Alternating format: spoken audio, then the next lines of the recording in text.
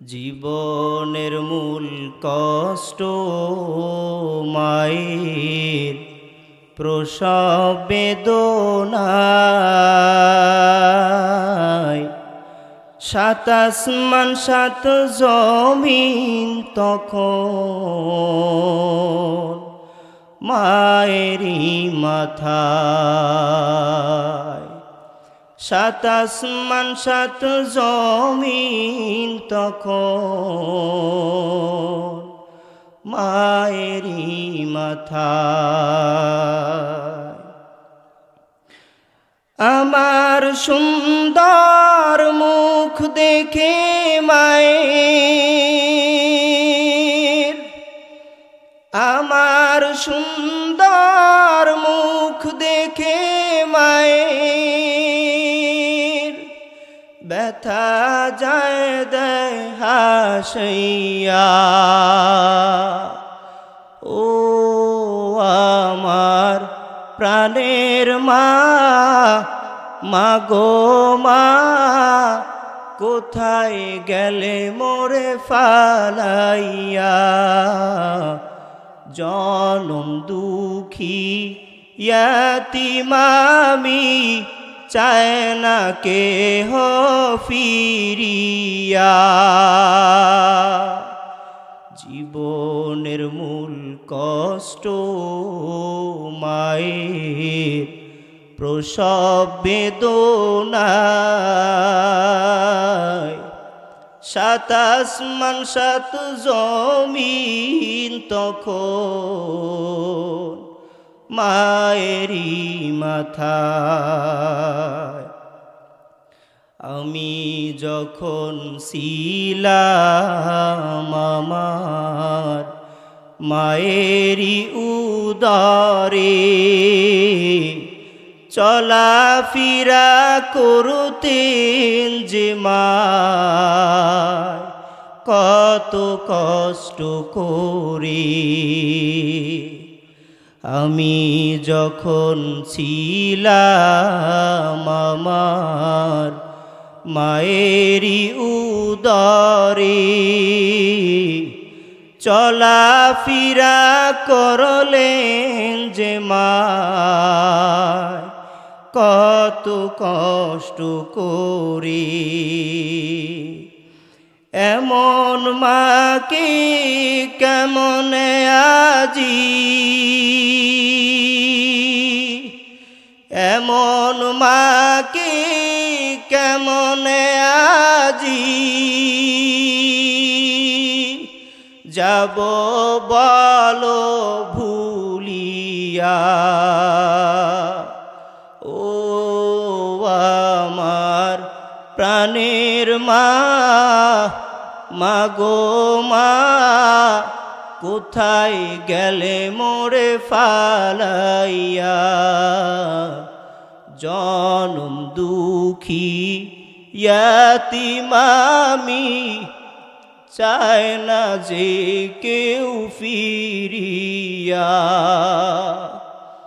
জীবনের মূল কষ্ট মায়ের প্রসব বেদনায়, সাত আসমান সাত জমিন তখন মায়েরই মাথায়। সাত আসমান সাত জমিন তখন মায়েরই মাথায়। এরে কপাল পোড়া সন্তান, বাবারে পরিচয় দেও না, দেখা হলে সালাম পর্যন্ত দেও না। মনে করছো জান্নাত তোমার হাতে? না বাবা, জান্নাত এত সহজ কথা না। এরে নবীর উম্মতের দল, নবীজি বলেছেন হুমা জান্নাতুকা ওয়া নারুকা, মাতা পিতাই তোমার জন্য জান্নাত আবার মা বাবাই তোমার জন্য জাহান্নাম। অতএব চিন্তা করবা, মা বাবারে আঘাত দিয়া মনে কষ্ট দিয়া নাজাতের পিছনে দৌড়াইতে যাইও না। মা বাবারে খুশি রাখলে যদি জেহাদের থেকে সওয়াব বেশি হয়, ওই মায়ের দোয়া নিয়া নবীর কাছে আসা ছাড়াও যদি দামি হওয়া যায়। আল্লাহ নবীজি ওমরের কাছে বসা, এমন সময় চিঠি আসছে নবীর দরবারে। চিঠিটা হাতে নিয়ে মায়ার নবী, রহমতের নবী, এত দামি নবী আমার। চিঠিটা হাতে নিয়ে নবীজি পড়তেছে, দেখে ওই চিঠিটা আসছে ইয়ামেনের করন শহর থেকে। ইয়ামেন শহর থেকে মায়ার নবীর কাছে একটা চিঠি আসছে। চিঠিটা কইলা রহমতের নবী চিঠি পড়ে, তাকায়া দেখে চিঠির ভিতরে লিখেছে ওয়াইস নামের একজন লোক। চিঠি লেখা কয়, পয়গম্বর,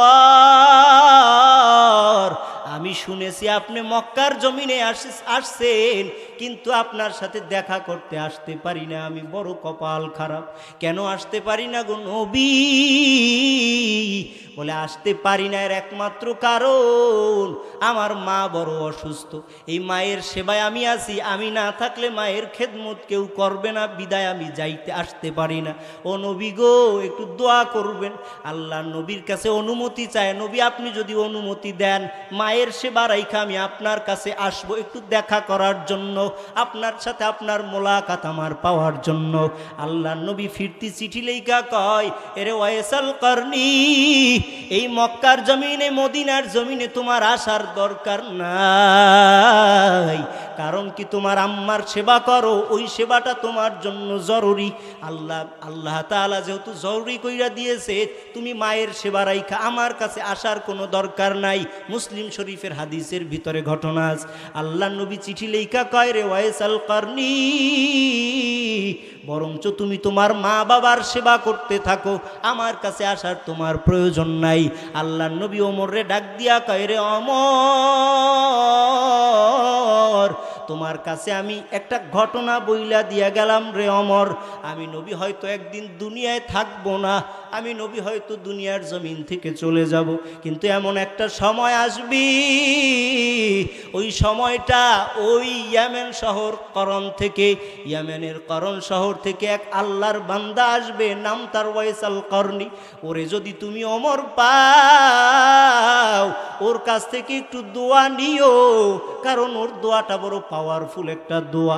ওমর রাদিয়াল্লাহু তাআলা আনহু চিন্তা করতেছে কোন দিন না জানি ইয়ামেন থেকে ওই ওয়াইসাল করনি আসে। ওমর আল্লাহ নবীর ইন্তেকাল হয়ে গেল, আবু বকরের শাসন, আবু বকরের ইন্তেকাল হয়ে গেল, ওমরের শাসন চলতেছে, এখন ওয়াইসাল করনি আসে না। ওমর কেমন পাগল! ওমর কয়, যখনই ওই ইয়ামেন থেকে কাফেলা আসে আমি দৌড়াইয়া গিয়া তাদের সাথে দেখা করি। এভাবে দিন চলতে চলতে চলতে চলতে ওমরের শাসন আমলে একদিন শুনতেছি ইয়ামেন থেকে একটা কাফেলা আসছে, কে যেন খবর দিয়েছে, এই আমিরুল মুমিনিন ওমর, আপনি যদি যার সাক্ষাতের জন্য এতদিন আপনি পাগল ছিলেন, ওই ইয়ামেন থেকে ওয়াইসাল করনি আজ মদিনার বুকে পদার্পণ করেছে। ওমর শুনিয়া যেন পাগল হইয়া ওমর দৌড়ায় ওয়াইসাল করনির সাথে দেখা করার জন্য। গিয়া ওয়াইসাল করনির সামনে পাইয়া ওয়াইসাল করনির কিনারায় দাঁড়াইয়া ওমর হাত দুইটা বাড়াইয়া দিয়া কয়, ও ওয়াইসাল করনি, আমি এমনিতেই তোমার জন্য পাগল না, কারণ তোমার চিঠি যেই দিন মায়ার নবী পাইল, ওই দিন রহমতের নবী আমারে জানায়া দিয়ে গেছে, রে ওমর, তুমি যেই দিনকা এই মদিনার জমিনে একদিন ওয়াইসাল করনি আসবে, বড় আমার পাগল, ওই পাগলটা আমার দেখা পায় নাই, হয়তো তোমার সাথে দেখা হতে পারে। ওই লোকটারে যখন তুমি পাইবা, ওর থেকে যেন একটু তুমি দোয়া নিয়ে নিও, কারণ ওর দোয়াটা বড় পাওয়ারফুল দোয়া। ও দোয়া করতে দেরি হবে, আমার আল্লাহ কবুল করতে দেরি করবে না। যদি একটু ওরে পাও, ওর থেকে একটু দোয়া নিয়ে নিও, কারণ ওর দোয়া বড় পাওয়ারফুল দোয়া, গুরুত্বপূর্ণ দোয়া। ওয়াইসাল করনি ঘটনা শুনতে দেরি হয়, চোখ দিয়ে পানি ছাড়তে দেরি করে না। ওয়াইসাল করনি বলে, আল্লাহ নবী আমারে এত মহাব্বত করেছে, ওই নবী নাকি বলছে ওমরের থেকে, ওমরকে বলছে আমার কাছে দোয়া নেওয়ার জন্য। আমি তো নবীরও জিয়ারত পাইলাম না, আল্লাহ নবীর সাক্ষাৎও আমি পাই নাই, আজ ওমর আসছে আমার কাছে দোয়া নেওয়ার জন্য। ও খলিফাতুল মুসলিমিন, আমারও তো দিলটা চাইছিল যেন নবীজির জিয়ারত আমি পাবো, কিন্তু আজ এমন একটা সময় মদিনার জমিনে আসলাম যেই সময় মদিনায় আমার নবী নাই, তুমি ওমর আসো, আমিও তোমার কাছে দোয়া চাই। ওমর কয় তুমি আগে আমার জন্য দোয়া করো, কারণ তোমার দোয়া খুব গুরুত্বপূর্ণ। বলে এত দামি ওয়াইসাল করনি কেন হয়? বলে এর পিছনে একটাই কারণ, ওয়াইসাল করনি নবীর কাছে না আইসাও এত দাম পায়া গেল, এর পিছনে একমাত্র কারণ বলে ওই ওয়াইসাল করনি নিজের মা বাবার সেবা করে করে দামি হয়ে গেছে। এর নবীর উম্মতের দল, যুবক ভাই আমার, মা বাবার সেবা করা ছাড়া তুমি দামি হতে পারবা না। আজকে আমি যেই চেয়ারে বসলাম, এই চেয়ারে আমার এলেমের যোগ্যতায় বসতে পারি নাই, আমার এমন কোনো আমলও নাই যে এই চেয়ারে আমি বসবো।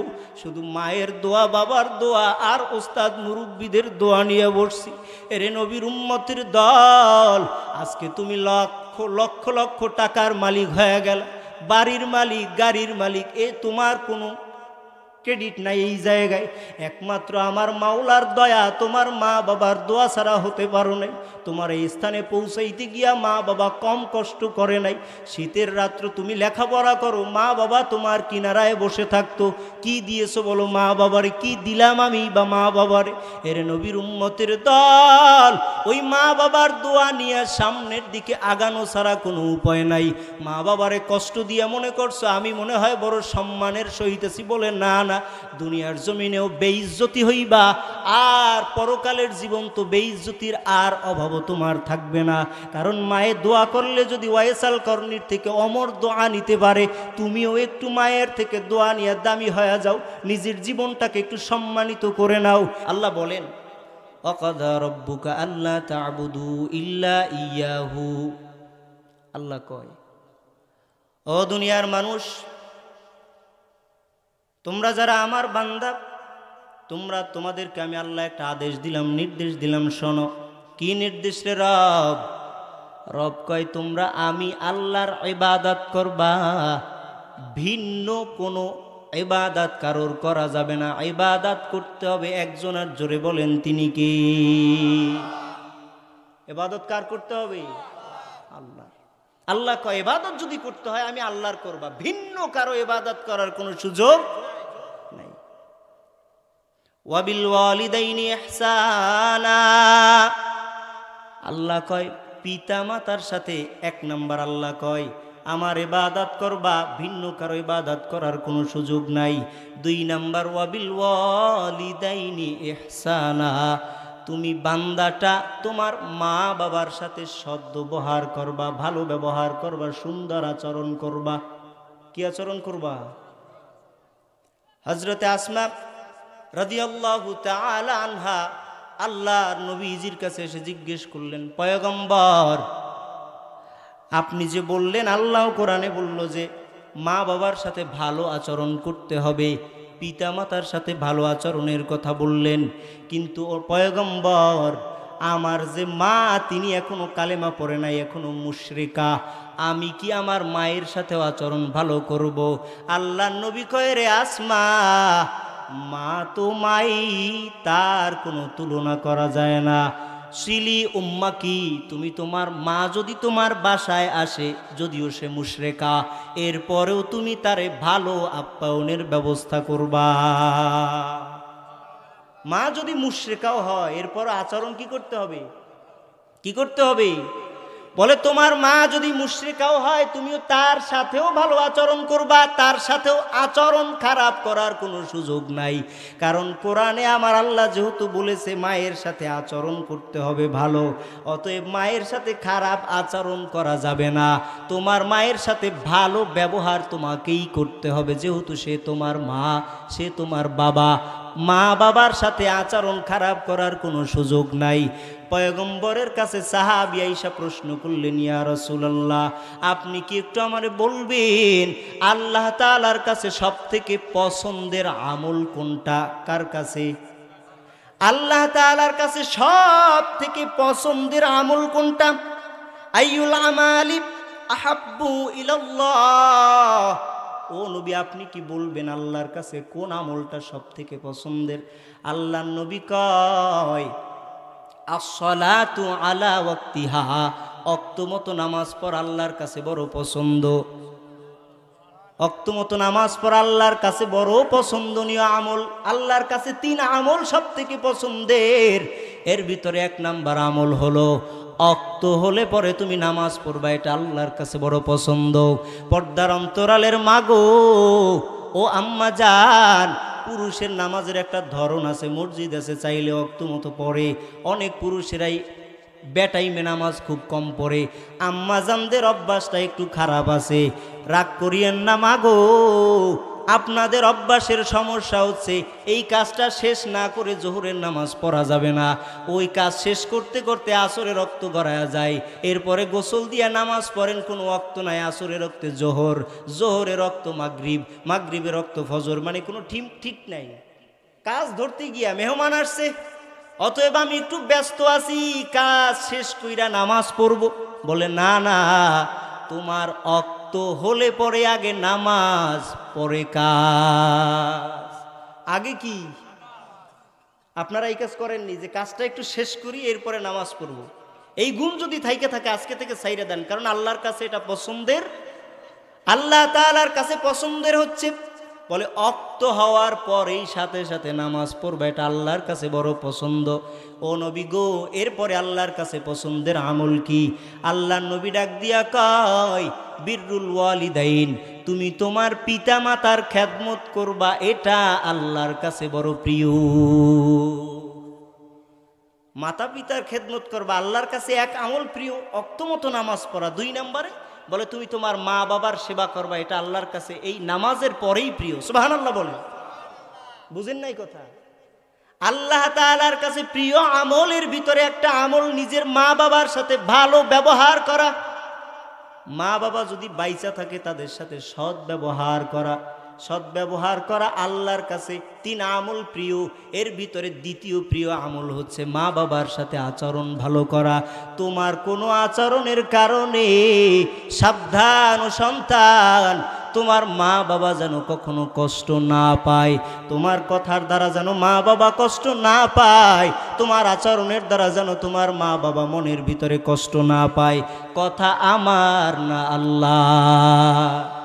আল্লাহ তাআলা বললেন ওয়াবিল ওয়ালিদাইনি ইহসানা ইম্মা ইয়াবলুগান্না ইনদাকাল কিবারা আহাদুহুমা আও কিলাহুমা ফালা তাকুল লাহুমা উফফিউ।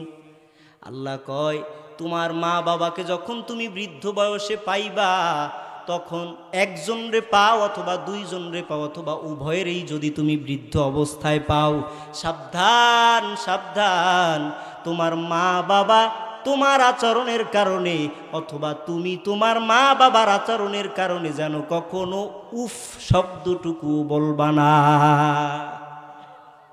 কত কঠিন কথা আল্লাহ শিখায় আমাদেরকে, মা বাবার সাথে কেমনে চলবা। কয় মা বাবার আচরণে, মা বলছে ও সন্তান এ গভীর রাত 1 গ্লাস পানি নিয়ে আসো। বললেন উফ, এখন এটা সম্ভব না। বলে মা বাবার সাথে উফ বলবি না, এটা তোর জন্য হারাম।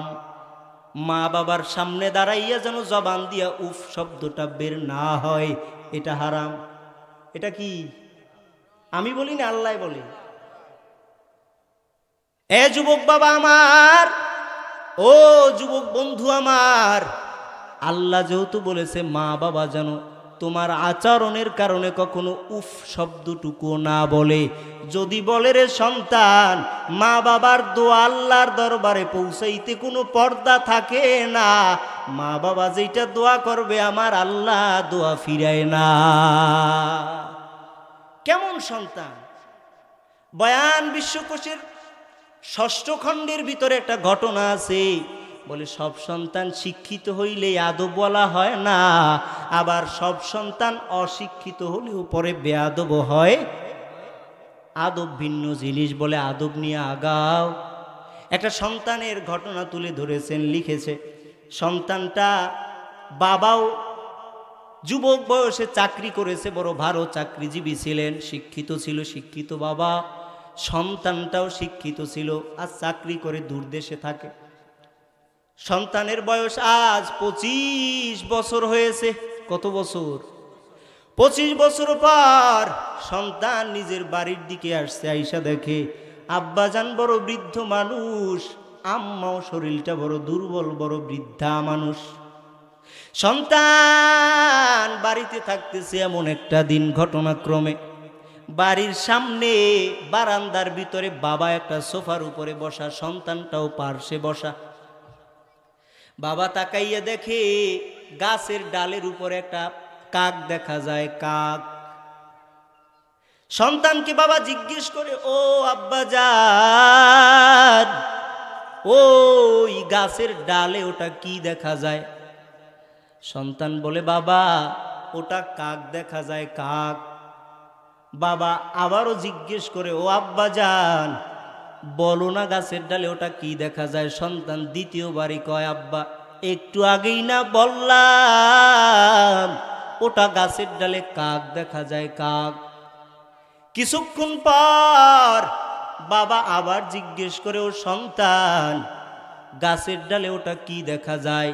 সন্তানের এবার মেজাজটা একটু খারাপ হইয়া গেল, বলে, বাবা এতবার বললাম ওটা কাক, ওটা কাক, ওটা কাক, তোমার কানে কি যায় না? তুমি কি শুনতে পারো না নাকি বয়সের বারে তোমার এমনটা হয়েছে? বুঝি না আমি। সন্তানের জবাবটা পাওয়ার পর বাবা চেয়ার থেকে উইটা ঘরের ভিতরে চলে গেছে।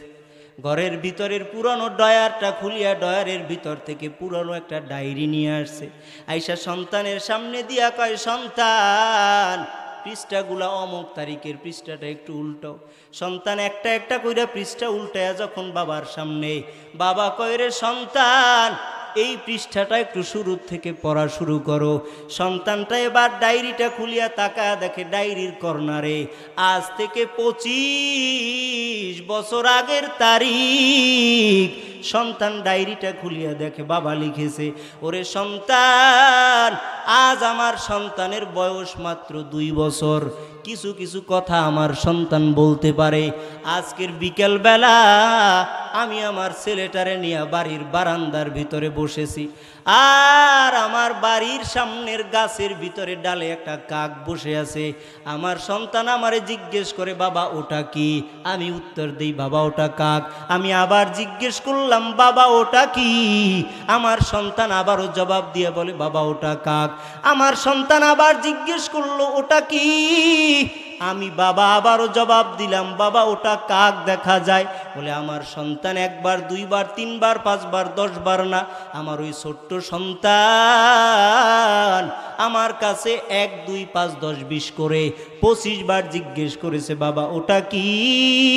ওটা কি? আমি বাবা 25 বারই জবাব দিয়েছি, বাবা ওটা কাক। আমার মনটা চাইছিল আমার সন্তান যদি আবারও জিজ্ঞেস করতো, বাবা ওটা কি? আমার 25 বার কেন, আমার সন্তান ওই দিন যদি 1000 বারও জিজ্ঞেস করে, বাবা ওটা কি? আমার মনটা একটুও খারাপ হয় না, বরঞ্চ আমার মনটা চায় আমি যেন আরো 1000 বার জবাব দিয়ে বলি, বাবা ওটা কাক। আমার সন্তান যতই জিজ্ঞেস করে আমার দিলটায় বড় জবাব দিতে ভালো লাগে। আর আজকেও সন্তান আমার, তোমার কাছে আমি বাবা মাত্র 3 বার জিজ্ঞেস করলাম, বাবা ওটা কি? ওটা কি? আর 3 বার জিজ্ঞেস করায় তোমার মনটা আর জবাব দিতে চায় না। একটা সময় তুমি যখন সন্তান ছিলা 25 বারেও জবাব দিতে আমার মন খারাপ লাগে না, আর আজকে তুমি 3 বার জবাব দিয়েই তোমার মনটা মেজাজটা ঠিক রাখতে পারলা না। এটাকেই বাবা বলা হয়, আর এটাকেই সন্তান বলা হয়। আল্লাহ তাআলা বললেন, ওয়ালা তানহারহুমা, ও দুনিয়ার সন্তানরা মা বাবারে ধমক দিও না, মা বাবার সাথে ধমকের স্বরে কথা বলিও না। মা বাবারে যদি ধমক দাও জীবনটা ধ্বংস হয়ে যাবে। অনেক সময় অনেক বাচ্চারা, যুবক ভাইরা, আমার বন্ধুরা শোনো, এরে যুবক, তোমার বাবা মা তোমার সাথে কথা বলতে গেলে মন মস্তিষ্ক অনেক সময় তোমার ভালো দেখা যায় না, আচরণটা একটু খারাপ করিয়া বসো। তুমি তো জানো না মা বাবার সাথে আচরণ খারাপ করলে পরিণাম ফল কি হয়ে যায়। ওই মা বাবার দোয়া আল্লাহ কিন্তু ফিরে দেয় না। আজকে গায়ে লাগে না ঠিক আছে, একদিন না একদিন এমন অবস্থা হবে তুমি বুঝতে পারবা এটা মা বাবার দোয়ার ফসল। অতএব একটু মা বাবার সাথে কথা বলতে গিয়া ওয়ালা তানহারহুমা কথাটা মনে রাখবা, আকুল্লাহুমা কওলান কারীমা। আল্লাহ কয় মা বাবারে ধমক তো দিবাই না, বরঞ্চ তাদের সাথে আকুল্লাহুমা কওলান কারীমা, তাদের সাথে এত সুন্দরভাবে নরম মেজাজ নিয়া আস্তে আস্তে মা বাবার সাথে ভারসাম্যপূর্ণ ব্যবহার করবা, যেন মনে কষ্ট না পায়। তোমার আচরণের কারণে যদি তোমার মা বাবা কষ্ট পায়, তার বরদোয়া কিন্তু তুমি এড়াতে পারবা না। সাহাবী নবীজির কাছে এসে জিজ্ঞেস করলেন, ইয়া রাসূলুল্লাহ, পয়গম্বর, আমি আপনার সাথে যুদ্ধে যেতে চাই, আপনি আমাকে কি যুদ্ধের অনুমতি দেন নাকি? হুজুর বললেন, রে সাহাবী, তোমার মা বাবা অসুস্থ, তুমি আমার সাথে যুদ্ধের ময়দানে যেতে চাও, যুদ্ধের ময়দানে যাওয়ার প্রয়োজন নাই, বরঞ্চ তুমি যদি তোমার মা বাবার খেদমত করো, এটাই জিহাদে যাওয়ার থেকেও সওয়াব। অন্য হাদিসে নবীজি বলেন, মা বাবা কেমন দামি সম্পদ, দাম দিলা না রে বাবা। আজকে যাদের মা বাবা বেঁচে আছে, আজকে থেকে নিয়ত করো মা বাবার সম্মান যথার্থ বজায় রাখবা। মা বাবা কেমন মূল্যবান সম্পদ। আল্লাহর নবীর কাছে এক সাহাবী আইসা কয়, কাবা ঘর তাওয়াফ করছে মায়েরে কাঁধে নিয়া। কারে কাঁধে নিয়া? মায়ের শরীরটা কাঁধে নিয়া কাবা ঘর তাওয়াফ করিয়া তাওয়াফ করা শেষ হওয়ার পর নবীর কাছে আইসা কয়, ও পয়গম্বর, এই যে তাকায় দেখেন আমার আম্মা জান বৃদ্ধা মানুষ, আমি তারে কাঁধে নিয়া কাবা ঘর তাওয়াফ করে আসছি, আমি তো মনে হয় মায়ের হক আদায় করতে পেরেছি। আল্লাহর নবী কয়, রে সাহাবী, মায়ের হক নিয়ে আদায় করছো? বলে, না না, মায়ের হক তো আদায় করতে পারোই নাই, বরঞ্চ মা যে তোমারে নিয়ে একটা শ্বাস করছে, ওই শ্বাসের হকও আদায় হয় নাই। বুঝলেননি কথাটা? সহজ কথা। উনি তো মনে করছে মায়ের নিয়ে হজ করছি, তো আমার তো মায়ের হক আদায় হয়ে গেছে। তাওয়াফ করে আসছে নবীর কাছে, বড় আনন্দ, হুজুর আমি তো তাওয়াফ করে আসছি মায়ের কাঁধে নিয়ে। হুজুর কয়, মাঝে একটা শ্বাস করছে তোমারে নিয়া, ওই শ্বাসের হক পর্যন্ত এখনো আদায়। অন্য হাদিসে নবীজি বলেন, বাবার হক কেমন করে আদায় করতে হয় জানেন? বলে, যদি কোনো সন্তান, তৎকালীন সময়ের কথা যেহেতু, বলে যদি কোনো সন্তান বাবারে পাইছো, তুমি কারো বাড়ির গোলাম হিসেবে যদি তোমার বাবাকে পাও, আর যদি তুমি ওই অর্থ দিয়া তোমার বাবাটাকে ওখান থেকে মুক্ত করে আজাদ করে দাও, এরপরেও তুমি তোমার বাবার হকের সামান্য হকও আদায় করতে পারো না। আগুন জেরাতে থাকি, আমার মসজিদের মুতাওয়াল্লি যিনি একদিন আইসা কয়, হুজুর একটু মা বাবার খেদমতের ওয়াজ করেন। আমি বললাম, কেন? কয়, হুজুর এমন একজন মুসল্লি পাইলাম, সকালেই সালিশি কইরা আসছি, বিচার কইরা আসছি। কি বিচার? বলে, আমি তার কাছে গিয়েছিলাম, সে বলতেছে আমি আমার মা বাবার হক আদায় করে দিয়েছি। কেমনে আদায় করেছো? বলে, আমার মায়ের মাসের ভিতরে যে ঔষধ লাগে, মাঝে মধ্যে আমি ঔষধ দেই, আবার যখন বাড়িতে আসি মাঝে মধ্যে পান কিনা দেই, মাঝে মধ্যে মা বাবারে খাবারও দেই, আমি হক আদায় করেছি। যুক্তি বুঝেন নাই? মা বাবার ঔষধের টাকা দিতেছি, এরপরে আবার তাদের খাওয়াই, মাঝে মধ্যে পান কিনা দেই, অতএব মা বাবার সম্পত্তির হকদার তো আমি, আর কেউ না, কারণ আমি তো তাদের হক আদায় করছি। আর উনি তো জেনারেল শিক্ষিত মানুষ, উনি কয় যে তুই হক আদায় করছো, আহাম্মক তুই কিসের হক আদায় করছো? এটা তো তোর উপর দায়িত্ব। এটা কি দায়িত্ব না? সন্তানদের লালন পালন করতে করতে বাবা কালো দাড়ি কোন ফাঁকে সাদা হয়েছে, বাবার টেরও পায় নাই। আব্বাজান এক সময় 50-60 কেজি নিয়ে দৌড়াইতে পারতো, আর সন্তানরে লালন পালন করতে গিয়া আজ ওই আব্বাজান 10 কেজি হাতে নিয়েও চলতে পারে না। কেমনে হক আদায় করলি? যদি বাবা চাইতো সারাটা জীবন কামাই ছাড়া একদিন ইনকাম করবে, এক সপ্তাহ বৈশা খাবে, বাবার দ্বারা সম্ভব ছিল, কিন্তু বাবা যে রেস্ট নেয় নাই। কেন নেয় নাই? তোমারে মানুষ করতে গিয়া মায়ের চোখে ঘুম নাই, তোমার জন্য মা ঠিক মতো খাইতেও পারে নাই। যখন তুমি দূরে থাকো তুমি তো খবর নেও না, মাঝে মধ্যে একটু ফোন দিয়া জিজ্ঞেস করে দেখবা তোমার মা বাড়িতে মেহমান ঠিকই আসে, মা রান্না ঠিকই করে, ঠিকভাবে খায় না। কেন খায় না? বলে মায়ের দিলটা তোর মতো না, তোর যে গাদ্ধারি দিল নিয়ে চলো, মায়ের দিল অত শক্ত না। ওই মায়েরে যদি গভীর রাত্রে ফোন দিয়া দেখিস, মায়ের ফোন পাওয়ার সাথে সাথে রিসিভ করে আগে জিজ্ঞেস করবে খাইছো নাকি, তোর শরীরের কি হালাত। এরে সন্তান, তোমার জন্য মায়ের এত চিন্তা। একটু রাত্র বেশি কইরা একদিন বাড়িতে ফিরিয়া দেখবা মা এখনো ঘুমায় নাই, মাঝে মধ্যেই তোমার যোগাযোগ নিয়ে ব্যস্ত। যার মা নাই ওর কাছে একটু গোপনে গিয়া জিজ্ঞেস করে দেখবা, এরে ভাই তোমার তো মা নাই, বলো কলিজা কেমন লাগে? বলে মায়ের কাছে তো যাইতে পারি না, খবরও তো নিতে পারি না। আপনাদের এই চাকামইয়া ইউনিয়নে এমন খবর আমার কানে আছে, নাম বলবো না যেহেতু এই লোক এখানে থাকতে পারে, থাকলেও থাকতে পারে, চিনি না আমি। চাকামইয়ার ভিতরের ঘটনা বলতেছি।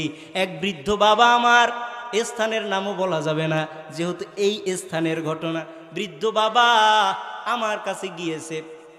আমি তখন ওই মসজিদে ইমামতি করি। গিয়া কয়, হুজুর আজকে ঈদের দিন, বড় আনন্দের কথা ঠিক আছে, কিন্তু আমার ঘরে কোনো আনন্দ নাই। কেন আনন্দ নাই? বলে সবার ঘরে নাতি নাতনিরা আছে, ছেলেরা আছে, মেয়েরা আছে, বড় আনন্দ পায়, আর আমার ঘরে ঈদের কোনো আনন্দ নাই। জিজ্ঞেস করলাম কেন, ছেলেরা কি নাই আপনার? বলে দুইটা ছেলে আছে, ছেলেরা খবরও নেয় না। আজ ঈদের দিন তো ভালো কথা, এটা তো ফালাইয়াই দিলাম। আমি যখন বাজারে রওনা হই, ওদের দরওয়াজার সামনে দিয়ে আমাকে যেতে হয়, আর ওই দরওয়াজার সামনে দিয়ে আমি যাই। মানুষ তো মুসলমান হিসাবেও একজন আর একজনরে সালাম দেয়, কিন্তু আমার সন্তানরা আজ দীর্ঘ বছর পর্যন্ত আমার সালাম তো দূরের কথা, দেখলেও মুখটা ফিরাইয়া নেয়। চাকামুইয়ের কথা বললাম, এটা দূরের কথা না, চাইলে গোপনে প্রমাণ নিয়ে নিয়ে নেওয়ার থেকে। এরে কপাল পোড়া সন্তান, বাবারে পরিচয় দেও না, দেখা হলে সালাম পর্যন্ত দেও না। মনে করছো জান্নাত তোমার হাতে? না বাবা, জান্নাত এত সহজ কথা না।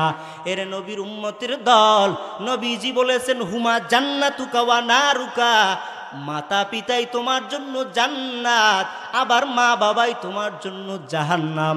অতএব চিন্তা করবা, মা বাবারে আঘাত দিয়া, মনে কষ্ট দিয়া নাজাতের পিছনে দৌড়াইতে যাইও না। মা বাবারে খুশি রাখলে যদি জেহাদের থেকে সওয়াব বেশি হয়, ওই মায়ের দোয়া নিয়া নবীর কাছে আসা ছাড়াও যদি দামি হওয়া যায়। আল্লাহ নবীজি অমরের কাছে বসা, এমন সময় চিঠি আসছে নবীর দরবারে। চিঠিটা হাতে নিয়ে মায়ার নবী, রহমতের নবী, এত দামি নবী আমার। চিঠিটা হাতে নিয়ে নবীজি পড়তেছে, দেখে ওই চিঠিটা আসছে ইয়ামেনের করন শহর থেকে। ইয়ামেন শহর থেকে মায়ার নবীর কাছে একটা চিঠি আসছে।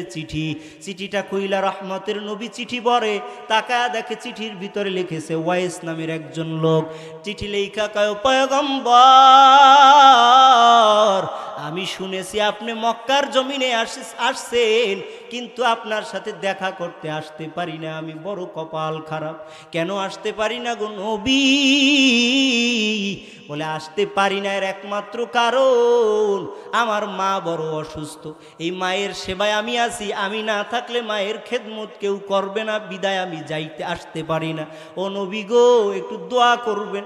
আল্লাহ নবীর কাছে অনুমতি চায়, নবী আপনি যদি অনুমতি দেন, মায়ের সেবা রাইখা আমি আপনার কাছে আসবো একটু দেখা করার জন্য, আপনার সাথে আপনার মোলাকাত আমার পাওয়ার জন্য। আল্লাহ নবী ফিরতি চিঠি লেখা কয়, এরে ওয়াইসাল করনি, এই মক্কার জমিনে মদিনার জমিনে তোমার আসার দরকার নাই। কারণ কি, তোমার আম্মার সেবা করো, ওই সেবাটা তোমার জন্য জরুরি। আল্লাহ তাআলা যেহেতু জরুরি কইরা দিয়েছে, তুমি মায়ের সেবা রাইখা আমার কাছে আসার কোনো দরকার নাই। মুসলিম শরীফের হাদিসের ভিতরে ঘটনা আছে।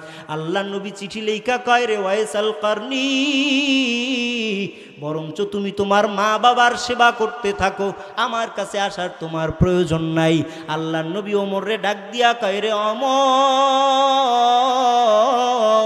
তোমার কাছে আমি একটা ঘটনা বইলা দিয়া গেলাম রে ওমর, আমি নবী হয়তো একদিন দুনিয়ায় থাকবো না, আমি নবী হয়তো দুনিয়ার জমিন থেকে চলে যাব, কিন্তু এমন একটা সময় আসবে, ওই সময়টা ওই ইয়ামেন শহর করণ থেকে, ইয়ামেনের করণ শহর থেকে এক আল্লাহর বান্দা আসবে, নাম তার ওয়াইসাল করনি। ওরে যদি তুমি ওমর পাও, ওর কাছ থেকে একটু দোয়া নিও, কারণ ওর দোয়াটা বড় পাওয়ারফুল একটা দোয়া। ওমর রাদিয়াল্লাহু তাআলা আনহু চিন্তা করতেছে কোন দিন না জানি ইয়ামেন থেকে ওই ওয়াইসাল করনি আসে। ওমর আল্লাহ নবীর ইন্তেকাল হয়ে গেল, আবু বকরের শাসন, আবু বকরের ইন্তেকাল হয়ে গেল, ওমরের শাসন চলতেছে, এখন ওয়াইসাল করনি আসে না। ওমর কেমন পাগল, ওমর কয় যখনই ওই ইয়ামেন থেকে কাফেলা আসে আমি দৌড়াইয়া গিয়া তাদের সাথে দেখা করি। এভাবে দিন চলতে চলতে চলতে চলতে ওমরের শাসন আমলে একদিন শুনতেছি ইয়ামেন থেকে একটা কাফেলা আসছে, কে যেন খবর দিয়েছে, এই আমিরুল মুমিনিন ওমর, আপনি যদি যার সাক্ষাতের জন্য এতদিন আপনি পাগল ছিলেন, ওই ইয়ামেন থেকে ওয়াইসাল করনি আজ মদিনার বুকে পদার্পণ করেছে। ওমর শুনিয়া যেন পাগল হইয়া ওমর দৌড়ায় ওয়াইসাল করনির সাথে দেখা করার জন্য। গিয়া ওয়াইসাল করনির সামনে পাইয়া ওয়াইসাল করনির কিনারায় দাঁড়াইয়া ওমর হাত দুইটা বাড়াইয়া দিয়া কয়, ও ওয়াইসাল করনি, আমি এমনিতেই তোমার জন্য পাগল না, কারণ তোমার চিঠি যেই দিন মায়ার নবী পাইল, ওই দিন রহমতের নবী আমারে জানায়া দিয়ে গেছে রে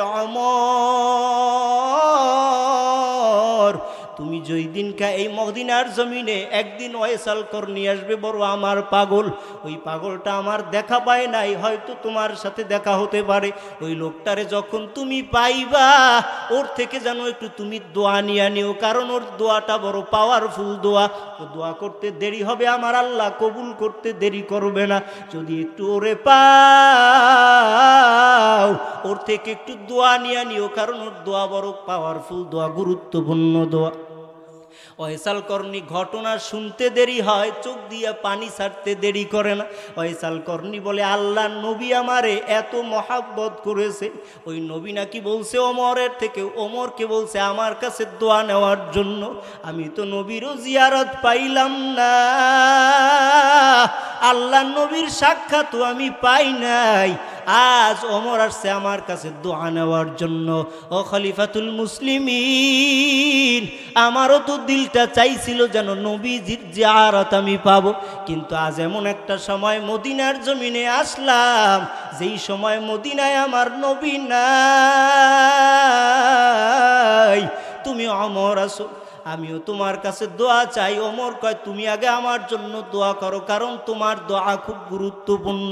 বলে, এত দামি ওয়াইসাল করনি কেন হয়? বলে, এর পিছনে একটাই কারণ, ওয়াইসাল করনি নবীর কাছে না আইসাও এত দাম পায়া গেল, এর পিছনে একমাত্র কারণ, বলে ওই ওয়াইসাল করনি নিজের মা বাবার সেবা করে করে দামি হয়ে গেছে।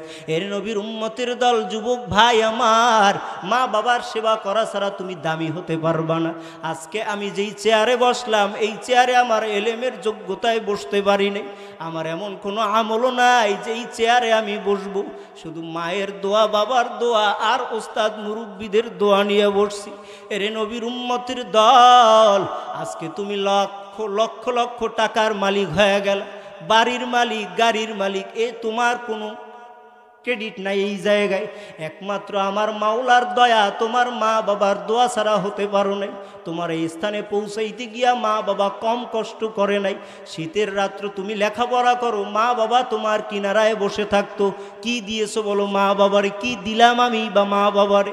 এর নবীর উম্মতের দল, ওই মা বাবার দোয়া নিয়ে সামনের দিকে আগানো ছাড়া কোনো উপায় নাই।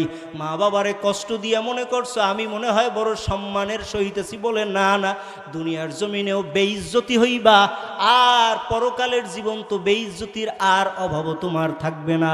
কারণ মায়ের দোয়া করলে যদি ওয়াইসাল করনির থেকে অমর দোয়া নিতে পারে, তুমিও একটু মায়ের থেকে দোয়া নিয়ে দামি হয়ে যাও, নিজের জীবনটাকে একটু সম্মানিত করে নাও। এর নবীর উম্মতের দল, বানি ইসরাইল এর জামানায় একটা যুবক মানুষ বাবা বৃদ্ধ মানুষ, বড় আল্লাহওয়ালা ছিল।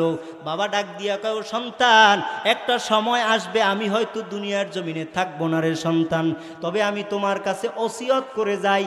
মা বাবা যেটা ওসিয়ত করে ওটা সন্তানের জন্য ওয়াজিব।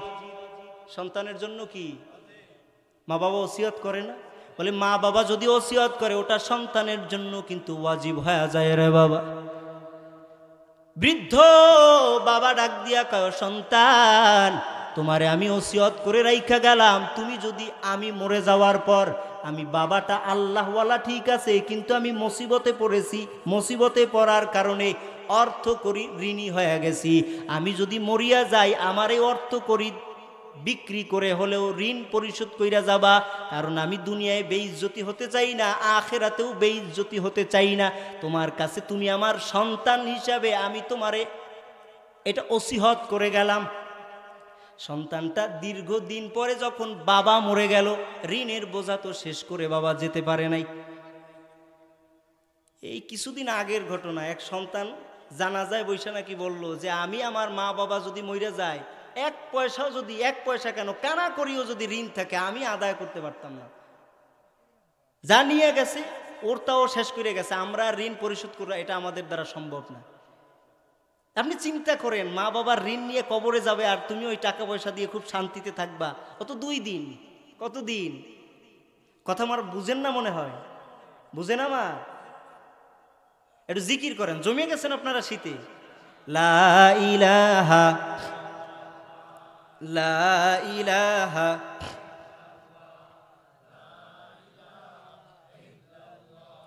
লা ইলাহা ইল্লাল্লাহু মুহাম্মাদুর রাসূলুল্লাহ সাল্লাল্লাহু আলাইহি ওয়াসাল্লাম। মা কথাটি কত যে মধুর করো, খেদমত মা বাবার। কার খেদমত? মা কথাটি কত যে মধুর করো, খেদমত মা বাবার। বুঝে সে মা কি জিনিস,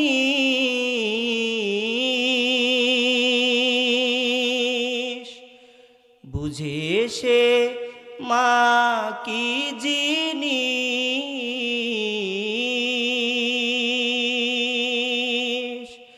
দুনিয়ায় মা নাই যাহা,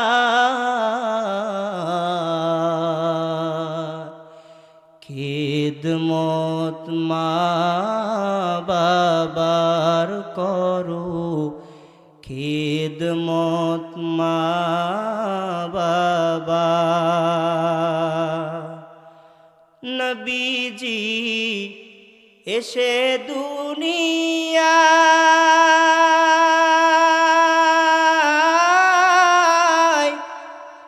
পিতাকে দেখিতে না পায়।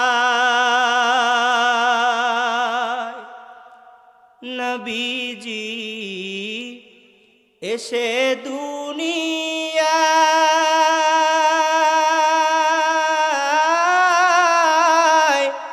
পিতাকে দেখিতে না পায়।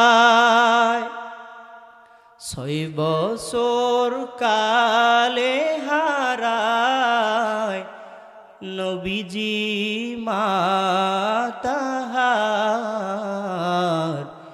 খেদমত মা বাবার করো, খেদমত মা বাবার।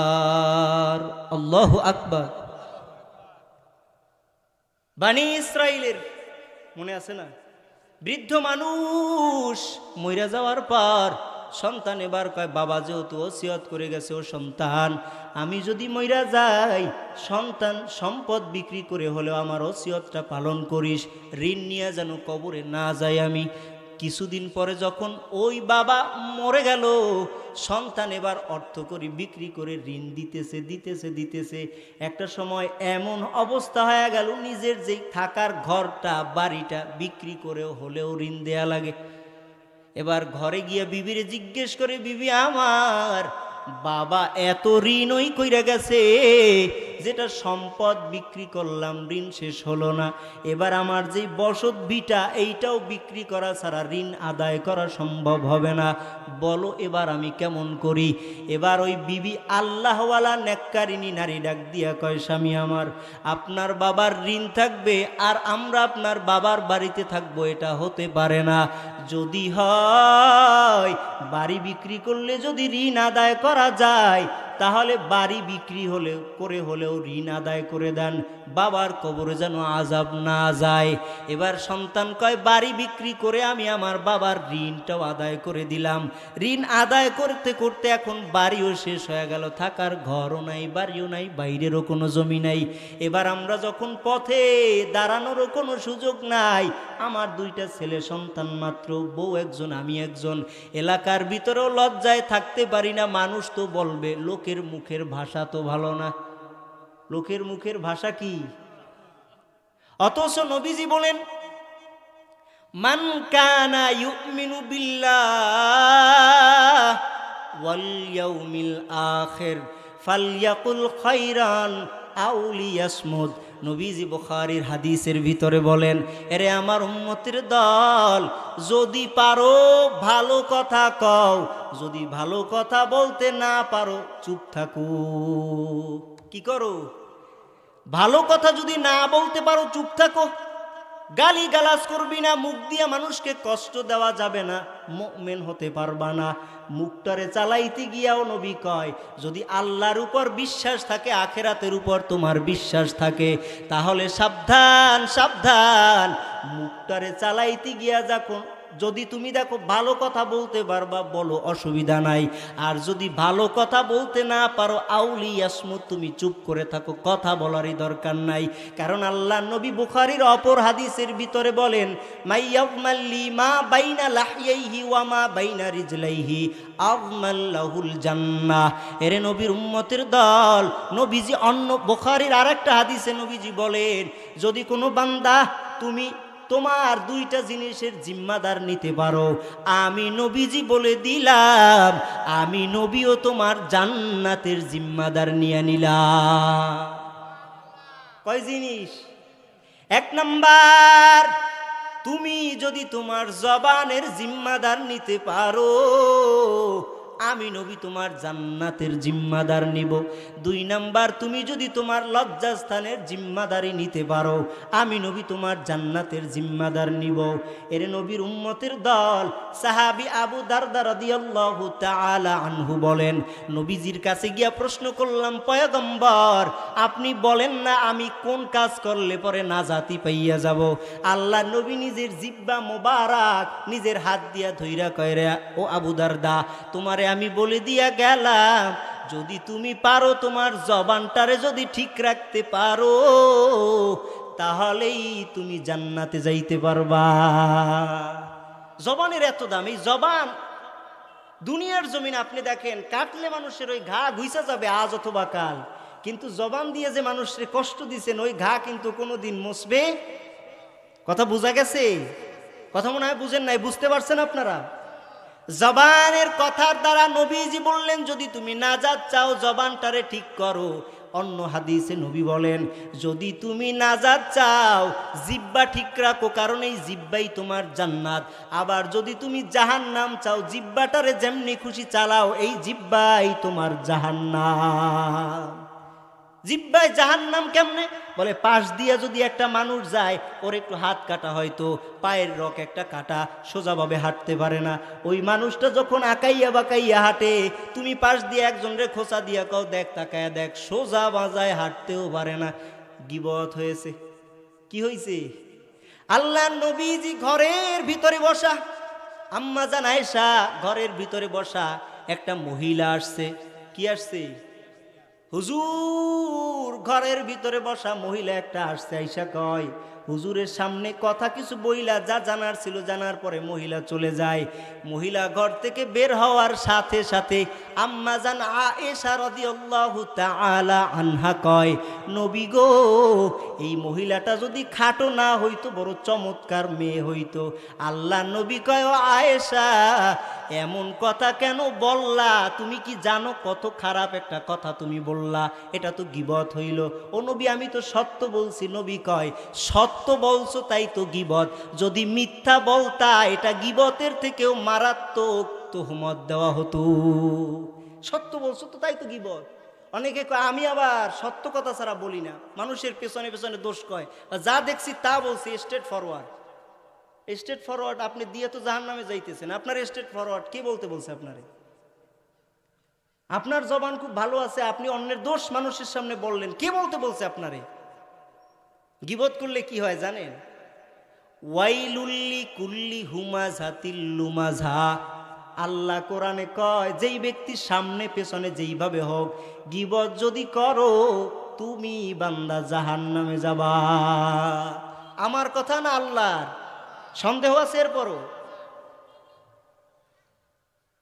আল্লাহ সূরা হুজরাতের 12 নম্বর আয়াতটা পড়বেন, ওইখানে আল্লাহ সুন্দরভাবে বলছে, যারা ঈমান আনছো তোমরা জবান ঠিক করো। কি ঠিক করো? কারণ কি? সূরা কফ হুজরাতের 12 নম্বর আয়াত গেল, সূরা কফের 18 নম্বর আয়াতে আল্লাহ আর একটা সুন্দর তথ্য দিছে। কয় কি? তোমরা যে জবান দিয়ে কথা বলো, মনে করছো তো এগুলি কি, এগুলি একটা কথা হইলো, বইলা দিলাম, মুখে আসলো, বললা যে। আল্লাহ সূরা কফ এর 18 নম্বর আয়াতে বলেন, মা ইয়ালফিযু মিন কাউলিন ইল্লা লাদাইহি রাকীবুন আতীদ। জবান দিয়ে যে কথা বলো, তুমি কি জানো না তোমার জবানের এই প্রত্যেকটা কথা অডিও ভিডিও করার জন্য আল্লাহ তোমার সাথে ফেরেশতা রেখেছে। আপনি তো মনে করলেন গোপনে বললাম তো অসুবিধা কি? গোপনে অসুবিধা নাই, তবে রেকর্ড আছে। কি আছে? বিশ্বাস হয় আপনার কথা? সূরা কফ এর 18 নম্বর আয়াত আল্লাহ এই কথা বলছে, তুমি যেই কথাগুলি বলো এগুলি প্রত্যেকটা হিসাব হইতেছে। তুমি মনে করিও না যে বেহুদা ছাইরা দিলাম। আল্লাহ নবী হাদিসের ভিতরে বলেন, তুমি যেই কথাগুলি বলো আল্লাহ কিন্তু প্রত্যেকটা শব্দে শব্দে শব্দে শব্দে আমার আল্লাহ হিসাব নিবে। অতএব সাবধান, গীবত করা যাবে না, গালাগালি করা যাবে না। হাদিসের ভিতরে আসছে আল্লাহ নবীজি কখনো মস্কারি করিয়াও খারাপ কথা বলতো না। গালি দেওয়া তো দূরের কথা। এক সাহাবী নবীজির কাছে আইসা বললেন, নবীজি কয়, সাবধান, মারাত্মক বড় বড় অপরাধের ভিতরে একটা অপরাধ হচ্ছে কোনো ব্যক্তি কোনো সন্তান যেন তার মা বাবারে গালি না দেয়। কারে গালি না দেয়? এটা মারাত্মক কবিরা গুনাহ। মা বাবারে গালি দেওয়া জায়েজ নাই, কবিরা গুনাহ। সাহাবীকে যখন আল্লাহর নবী বলেন, ও সাহাবী, মা বাবারে যেন কখনো গালি দিও না। আল্লাহর নবীর কথা শুনে সাহাবী কয়, ও নবী আমার, মা বাবারেও কি কোনো বেয়াদবে আবার গালি দেয় নাকি? আল্লাহর নবী শুনা কয়, মা বাবারে তো গালি কেউ এমনিতেই দেয় না। তুমি যে অন্য ছেলেটারে গালি দাও তার মা বাপ তুলিয়া, ওই গালিটা ওর মা বাবার গায়ে লাগে না, ওই গালিটা উল্টা আইসা তোমার মা বাবার গায়ে লাগে। নাউজুবিল্লাহ বলেন না? দেয় কিনা গালি মানুষ? বলে তুমি যেই গালিটা দাও, সিবাবুল মুসলিমি ফুসুকুম ওয়া কিতালুহু কুফরুন, কোন মুসলমানকে গালি দেওয়াটা গুনাহের কাজ, কোন মুসলমানকে হত্যা করাটা কুফরি। এই জন্য মুমিন ভাই আমার, ওয়াজে আসলেন অন্তত একটা সবক হলেও নিয়ে যান, আগামীকাল থেকে কাউকে আর কখনো গালি আমরা দিব। জোরে বলেন ইনশাআল্লাহ। আরো জোরে বলেন ইনশাআল্লাহ। বলছেন না ঠিকভাবে? ইনশাআল্লাহ কিন্তু আবার পাওয়ারফুল এক দোয়া, এক তাকওয়ার নাম। আশরাফ আলী থানবী কয়, এক লোক বাজারে যাইতেছে আর আমার সাথে দেখা, রাস্তা দিয়ে তো যায়। আমি জিজ্ঞেস করলাম, ভাইজান কই যান? লোকটা ডাক দিয়ে কয়, হুজুর আমি একটু বাজারে যাইতেছি। কেন যান? বলে আমি বকরি কিনবো। কি কিনতে যাই? বলে আমি বকরি কিনতে যাই। কয়, হুজুর ভাই আপনি বকরি কিনতে যান? আপনি বলেন যে আমি বকরি কিনতে যাচ্ছি ইনশা, বলেন বকরি কিনতে যাচ্ছি ইনশা। ওই লোকটা কয়, হুজুর এত জ্ঞান দিয়েন না, আমরাও বুঝি, আমার পকেটের টাকা, বাজারে বকরি আছে, আমি এখন যাব আর কিনে বাড়িতে ফেরত নিয়ে আসবো, আবার ইনশাআল্লাহর দরকার কি? নাউজুবিল্লাহ বলেন। হুজুরের কথা ভালো লাগে নাই, হুজুর কয় তো আপনি যান, অসুবিধা নেই। উনি বাজারে গেছে, বাজারে যাওয়ার পরে বাজারে ঢোকার আগ মুহূর্তেই ডাকাত ধরছে, পকেট থেকে সব টাকা কয়টা নিয়ে গেছে। এখন উনি পিছনের দিকে ফিরতেছে, আসতে আসতে হুজুরের সাথে দেখা, কই বকরি কই আপনার? কয় ইনশাআল্লাহ বাজারের দিকে যাচ্ছিলাম, ইনশাআল্লাহ বাজারে ঢোকার আগেই ডাকাত আমাকে ধরলো, ইনশাআল্লাহ আমার পকেট থেকে টাকা কয়টা বের করে তারা নিয়ে নিল, ইনশাআল্লাহ আমি বকরি কেনা ছাড়াই আবার বাড়ির দিকে রওনা হলাম। কয় এখন এত ইনশাআল্লাহ কেন? আগে না একবার বললেই হইতো, এখন তো 10 বারও আর কোনো উপকার। তো আমরা আমাদের জবানকে হেফাজত করব, সকলে বলেন ইনশা। পেছনের মানুষরা একটু জোরে বলেন ইনশা। পারা যাবে না ইনশাআল্লাহ? খামাখা একজন আর গিবত কইরা নিজের স্থানকে জাহান্নামে পাঠানোর কোনো দরকার আছে? এই জন্য ওলামায়ে কেরাম বলে যদি গিবত করতে হয় তাহলে তুমি তোমার মা বাবার গিবত করো, যেন তোমার মায়ের এই দোষ আছে, তোমার বাবার এই দোষ আছে। এখন লোকজন প্রশ্ন করে, হুজুর এটা একটা কথা হইলো, মা বাবার গিবত করা যায়? তাই মা বাবার করবা না তো করবা কি? কারণ গিবত যদি করো তোমার আমল নামার থেকে আমলগুলা কাইটা ওর আমল নামায় চলে যাবে। অতএব তোমার এত কষ্টের আমল, ফজরের সময় ঠান্ডা পানি রজু, জোহরের সময় কাজ রাইখে 4 রাকাত নামাজ পড়লা, জুমার দিন সব ব্যস্ততাকে ফেলে দিয়া এরপরে তুমি গিয়া ওই জুমার মসজিদে উঠলা, এত কষ্টের সওয়াবটা তুমি অপর বাড়ির বেডারে দেয় দরকার কি? যদি গিবত করো মা বাবারে করো তো মা বাবার আমল নামায় যাবে। সুবহানাল্লাহ বলেন।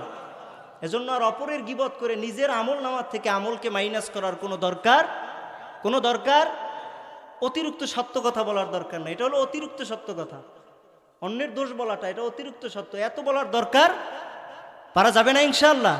মিথ্যা কথা বলবেন না, জবানের যে পাপগুলি আছে আপনারা জানেন, এগুলি ওয়াজ করা লাগে না, আপনারা ছেড়ে দিবেন ইনশা। যে কথা বলতেছিলাম মনে আছে না? বনি ইসরাইলের যুবক এবার ঘর ছাড়া বাড়ি ছাড়া, উনি এবার রাস্তায় গিয়া দাঁড়াইয়া কয় যদি এলাকার ভিতরে কারো বাড়িতে গিয়ে আশ্রয় নেই, ওরা বলবে তোর বাবাই বা কেমন বাবা, এত ঋণ করছে যে তোর সম্পদ সব নষ্ট কইরা দিছে। মনটায় মানবে না, বাবার কথা যদি বলে মনে কষ্ট পাবো। এবার আমি আমার নিজের এলাকা ছাইরা চলো আমরা অজানা গন্তব্যের দিকে সফর করি। চলতে চলতে চলতে চলতে গিয়া নদী সামনে বেঁধে গেল, নদীতে নৌকায় উঠছে। নৌকায় ওঠার পর কিছু দূর যাওয়ার পরেই নদীতে তুফান শুরু হয়ে গেছে। যেই খেলা আল্লাহ খেলবে ওটা বান্দার মাথায় ধরে না। আল্লাহ যেটা ভালো মনে করে ওটা বান্দায় কিছুই বুঝবে না। অনেক সময় সন্তানের গায়ে জ্বর 103 ডিগ্রি, মা গিয়া কয় সন্তান একটু ঔষধ খা, সন্তান ঔষধ খাইতেই চায় না। একটু ঔষধ খা তোর রোগ সারবে। সন্তান ঔষধ খায় না। ঔষধ কেন খায় না? বলে ঔষধে যে উপকার আছে এটা সন্তান বুঝতে এখনো পারে না। বুঝতে পারলে ঔষধ ছাড়তো না, কইতো আগে ঔষধ দেয়। আল্লাহ তাআলার মর্জি,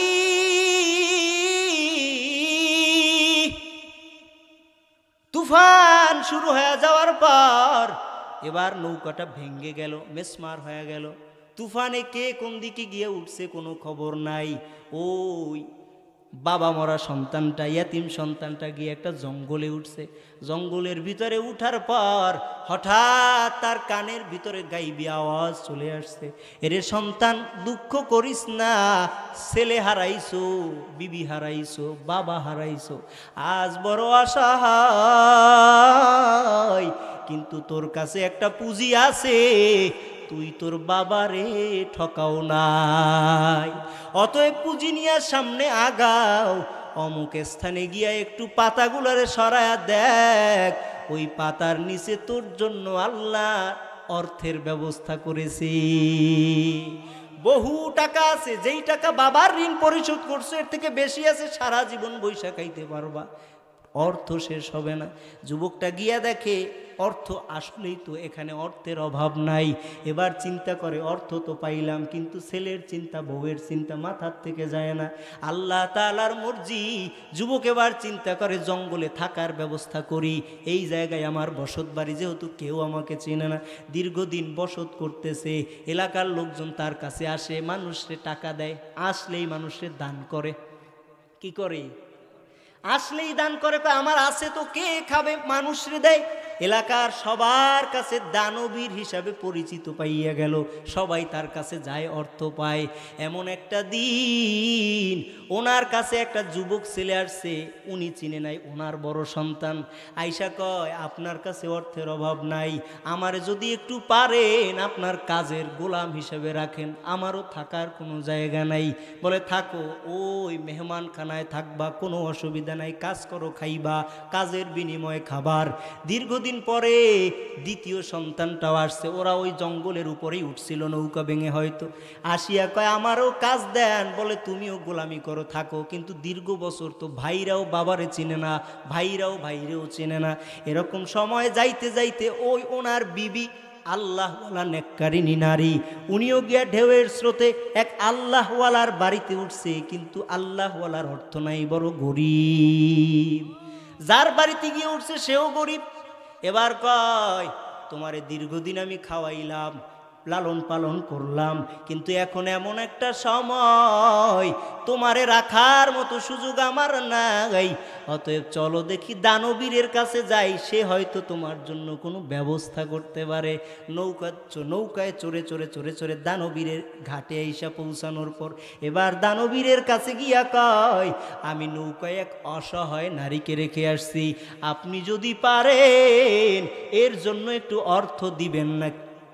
আল্লাহর বান্দা কয়, এর জন্য অর্থ দিব, কোনো সমস্যা নাই, তবে শোনো, এখন তো সন্ধ্যা হয়ে গেল, তুমি আমার এই জায়গায় থাকো, আর ওই মহিলাকে এখানে আনার দরকার নাই, নৌকাই থাকুক, কারণ মহিলা মানুষ আমার ঘরে এলাও হয় না। এবার ওই যিনি ওনারে নৌকায় নিয়ে আসছে উনি কয়, মহিলা মানুষরে একা তো নৌকায়ও রাখা যায় না, একটা মহিলা নৌকায় তো নিরাপদ না, কেমনে আমি ওনারে ওখানে রাখি? বলে আমার দুইটা কাজের ছেলে আছে, ওরা ওনারে পাহারা দিবে, ব্যবস্থা করে দিবে কে? আরো জোরে বলেন, আল্লাহর উপর ভরসা আছে তো? ওয়ামাই ইয়াতাওয়াক্কাল আলাল্লাহি ফাহুয়া হাসবু, যে বান্দা আল্লাহর উপর ভরসা করে, আল্লাহ কয় আমি তোর জন্য যথেষ্ট হয়ে যায়। এবার ওই সন্তান দুইটা গিয়ে নৌকার দুই পাশে দাঁড়াইয়া কয়, আম্মা জান রে, মহিলারে পাহারা দিব। এমন সময় এক সন্তান কয়, এত বড় রাত্র দাঁড়াইয়া থাইকা থাইকা তো পাহারা দেওয়া সম্ভব হবে না, তবে শোনো, আমরা গল্প করতে করতে রাত্রটা কেটে যাবে, যেহেতু দুইজন আছি। এবার কয়, বড়জন ছোটজন রে কয়, তাহলে গল্প কি দিয়ে শুরু করা যায়?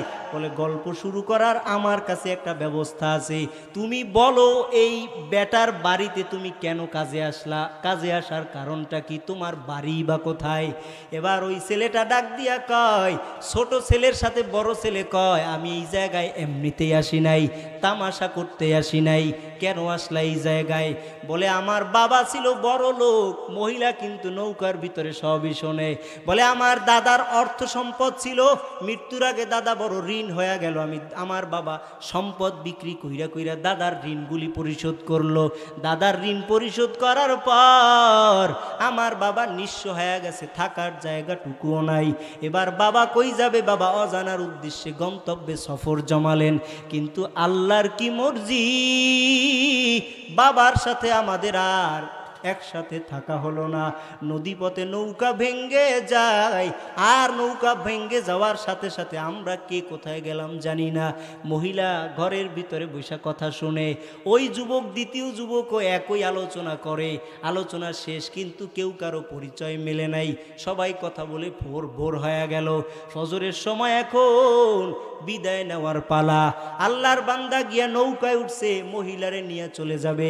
এমন সময় মহিলা কয়, এরে আল্লাহর বান্দা, এই দানবীরের কাছ থেকে আমি এখনই যেতে চাই না, তার সাথে দেখা না করে আমি এই ঘাটলা ত্যাগ করতে চাই না। বলে কেন বলো? বলে একটু তার সাথে আমার দেখাটা করা দাও, আমার মনটায় চায় যেন তার সাথে একটু দেখা করি আমি। এবার মহিলার একবারে ঘাট থেকে উঠা নিয়ে কয়, ও দানবীর বাবা, আপনার সাথে একটু এই মহিলা কি যেন কথা বলতে চায়। দানবীরের মেজাজ খারাপ হয়ে গেল। কয়, ছেলে দুইটারে দেখলাম ভালো, পাহারা দিতে না নিয়ে যেন কোন অঘটন ঘটাইলো আবার।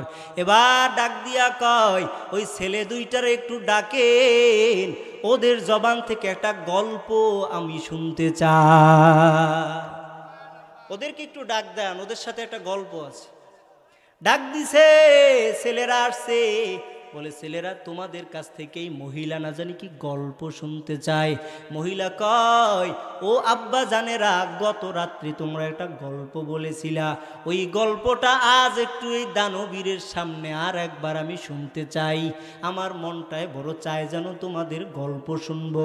এমন সময় বড় ছেলেটা ডাক দিয়া কয়, গল্প শুরু করছে। এলাকার নাম কয়, বাবার নাম কয়, দাদার ওই সব ঘটনাগুলি বলতেছে। আর এদিকে মহিলা কান্নার আওয়াজ। আর দানবীর বাবাটাও চোখে পানি রাখতে পারে না। বলে, যেই নাম বললা, যদি এটা সত্য হয়, এই সত্য যেই ঘটনা তুমি বলতেছো, এই ঘটনার ওই দিনকে যেই বাবাটা নৌকায় হারায় গেছি, ওই বাবাটা অন্য কেউ না, ওই বাবাটা তো আমি। ওই তোমার বাবা হারা যায় নাই রে সন্তান। আজ পরিচয় না পাওয়ার কারণে বাবার ঘরেও গোলাম হতে হয়, পরিচয় না পাওয়ার কারণে মেহমানখানায় থাকা লাগে রে সন্তান। বলো কেন তোমরা এতদিন পরিচয় দিলে না? এবার ওই মহিলার চিৎকার করে দিয়া কয়, ওই ঘটনা যদি যুবকদের বলা সত্য হয়, তাহলে আমি মহিলা আল্লাহর কসম দিয়া বলি, আমি মহিলা, ওই মহিলা এই সন্তানদের মা।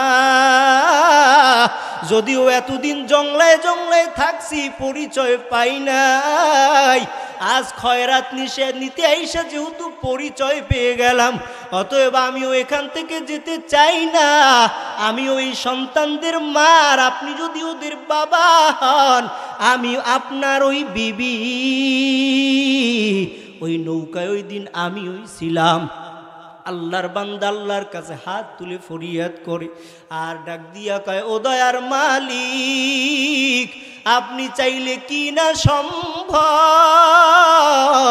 ওই দিনকে আমার বাবা দোয়া করে, ও সন্তান, তুই যদি আমি বাবার ওসিয়ত পূরণ কইরা যাও, তাহলে আল্লাহ তাআলা তোরে দুনিয়ায়ও শান্তিতে রাখবে রে বাবা, পরকালেও আল্লাহ অশান্তি তোরে দিবে না।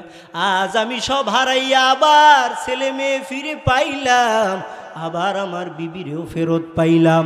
এ একমাত্র কারণের পিছনে একটাই, আমার বাবার ওই বহু বছর আগের দোয়া। বাবার দোয়া কবুল, ওয়াইস করণীর জন্য মায়ের দোয়াও কিন্তু কবুল। আবার এই মায়ের দোয়া যদি তোমার পজিটিভ দোয়া হয়, আল্লাহ কবুল যদি করে, আবার ওই মা বাবা যদি তোমার জন্য বদ দোয়া করে, আল্লাহ সেটাও কবুল করে। আম্মা জানদের একটা বদ খাসালাত, ও পর্দার অন্তরালের মা, আপনাদের একটা বদ খাসালাত, সন্তান একটু অপরাধ করলেই বদ দোয়া শুরু করে দেন। আপনি তো জানেন না রে আম্মা জাগান, ওই সন্তান ওই বদ দোয়া নিয়ে সামনে কখনো আগাইতে পারবে না। এ সন্তানেরা যারা আসছো, ওই মায়ের থেকে বরদোয়া যদি নিয়ে থাকো, আজই মায়ের কাছে গিয়া ক্ষমা চাও, ওই মায়ের কাছে গিয়া ক্ষমা চাইও। মা যদি বরদোয়া দিয়া থাকে, তোমার কোনো উপকার পরিত্রাণের কোনো উপায় আর থাকবে না রে বাবা। নবীজি, আল্লাহ নবী জান্নাতুল বাকির কিনারা দিয়া যায়, এমন সময় দেখে জান্নাতুল বাকির একটা কবরের ভিতরে প্রচণ্ড আযাব হচ্ছে। বলে, কেমন আযাব? বলে, এত কঠিন আযাব হচ্ছে, ছেলেটার শরীরের চামড়াগুলি খুইলা এরপরে আযাব দেয়া হচ্ছে জাহান্নামের আগুনে। এত কঠিন ভয়ঙ্কর আযাব। আল্লাহ নবীজি তো রহমতের নবী, আল্লাহ নবী তো মায়ার নবী, সহ্য করতে পারে না, বড় দয়া লেগে গেছে। আল্লাহ নবীজি এইবার ওই জান্নাতুল বাকিতে দাঁড়াইয়া আল্লাহর কাছে দুইটা হাত তুলছে। এবার বলেন তো আমার আল্লাহ নবীর হাত কি ফেরত দিবে নাকি কবুল করবে? কবুল করবে। আল্লাহ নবী হাত তুলে দিয়া কয়, মালিক, আপনি এই কবরের আযাবটাকে মাফ করে দেন। আল্লাহ তাআলা জিব্রাইলরে পাঠায়া দিছে, ও জিব্রাইল গিয়া নবীর কানে কানে পৌঁছায়া দাও, ও মায়ার নবী গো, আপনি দোয়া করছেন ঠিক আছে, কিন্তু আপনার দোয়া আমি আল্লাহ কবুল করতে পারলাম না। আপনার দোয়া তো কবুল হইল না। আল্লাহ নবী এবার কয় কেন কবুল হয় না? বলে কবরে যে সন্তানটা শোয়া, এই সন্তানের জীবনে বড় অপরাধ, ওর মা ওর জন্য বরদোয়া করেছে, যার জন্য ওকে আল্লাহ ক্ষমা করবে না। মায়ের সাথে অপরাধ। অপরাধ কার সাথে বলেন? কার সাথে? আসেনি এই অপরাধ এলাকায়? আসেনি মানে? এরে নবীর উম্মতির দল, এবার ওই আল্লাহর নবী ডাক দিয়া কয় এই কবরটা কার, একটু খবর নিয়ে দেখ ওর মা কি এখনো জিন্দা আছে নাকি। ডাকা হয়েছে, দেখে বৃদ্ধা মহিলা আসছে, নবীজির কাছে এসে দাঁড়াইছে। আল্লাহর নবী কয় আম্মা জান, আপনার বরদোয়ায় আপনার সন্তানের কবরের হালাত বেশি ভালো নাই, একটু দোয়া করে দেন আল্লাহ যেন সন্তানের কবরের আযাব মাফ করে।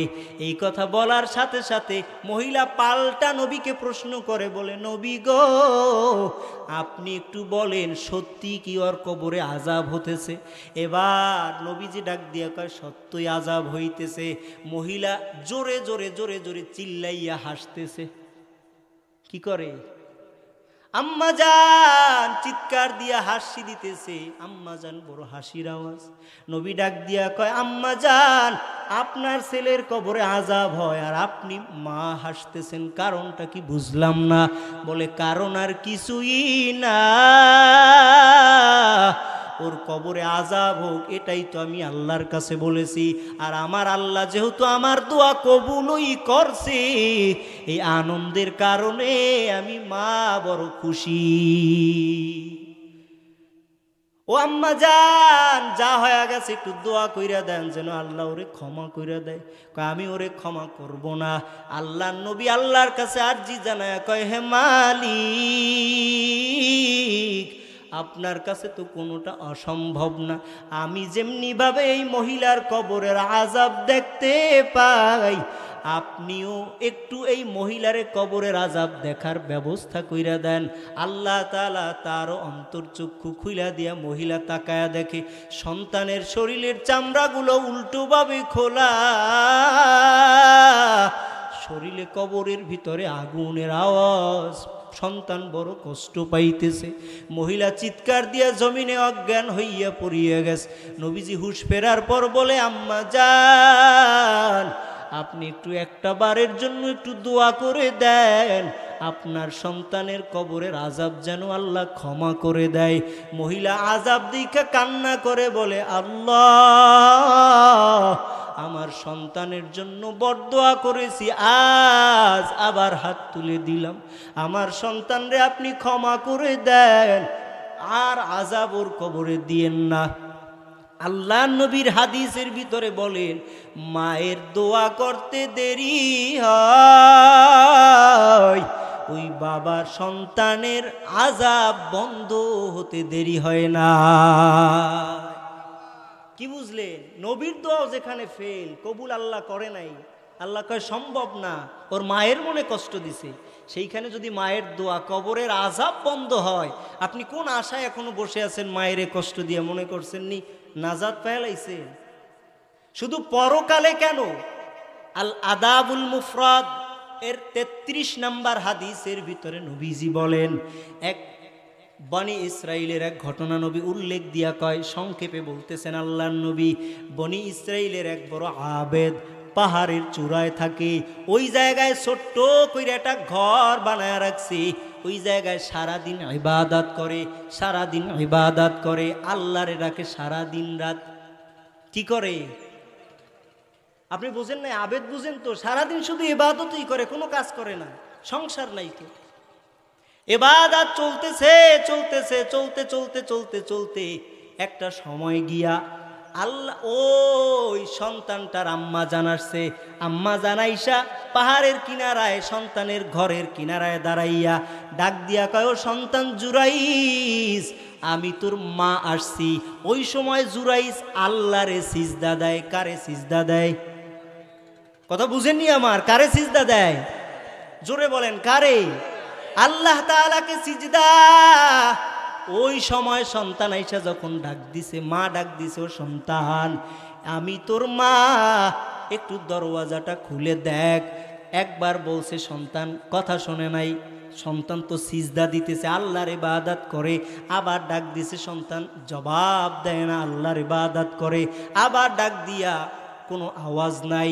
এবার আম্মাজান ছোট্ট একটু বদদোয়া কইরা গেছে, কয়, রে জুরাইস, আমি আল্লাহর কাছে বইলা গেলাম, তুই কি করো আমার জানার দরকার নাই। ও দয়ার মালিক, মরণের আগে হলেও আমার সন্তানের সামনে বেশ্যার দেখা না করাইয়া মরণ দিবা না। এটা বেশ্যার দেখা না পাইয়া যেন না মরে। বদদোয়াটা বুঝছেন? বেশ্যার কাছে যাবে এটা না, বেশ্যার দেখা পাইয়া না পাইয়া যেন মরে না, এমন মরণ ওরে দিবেন।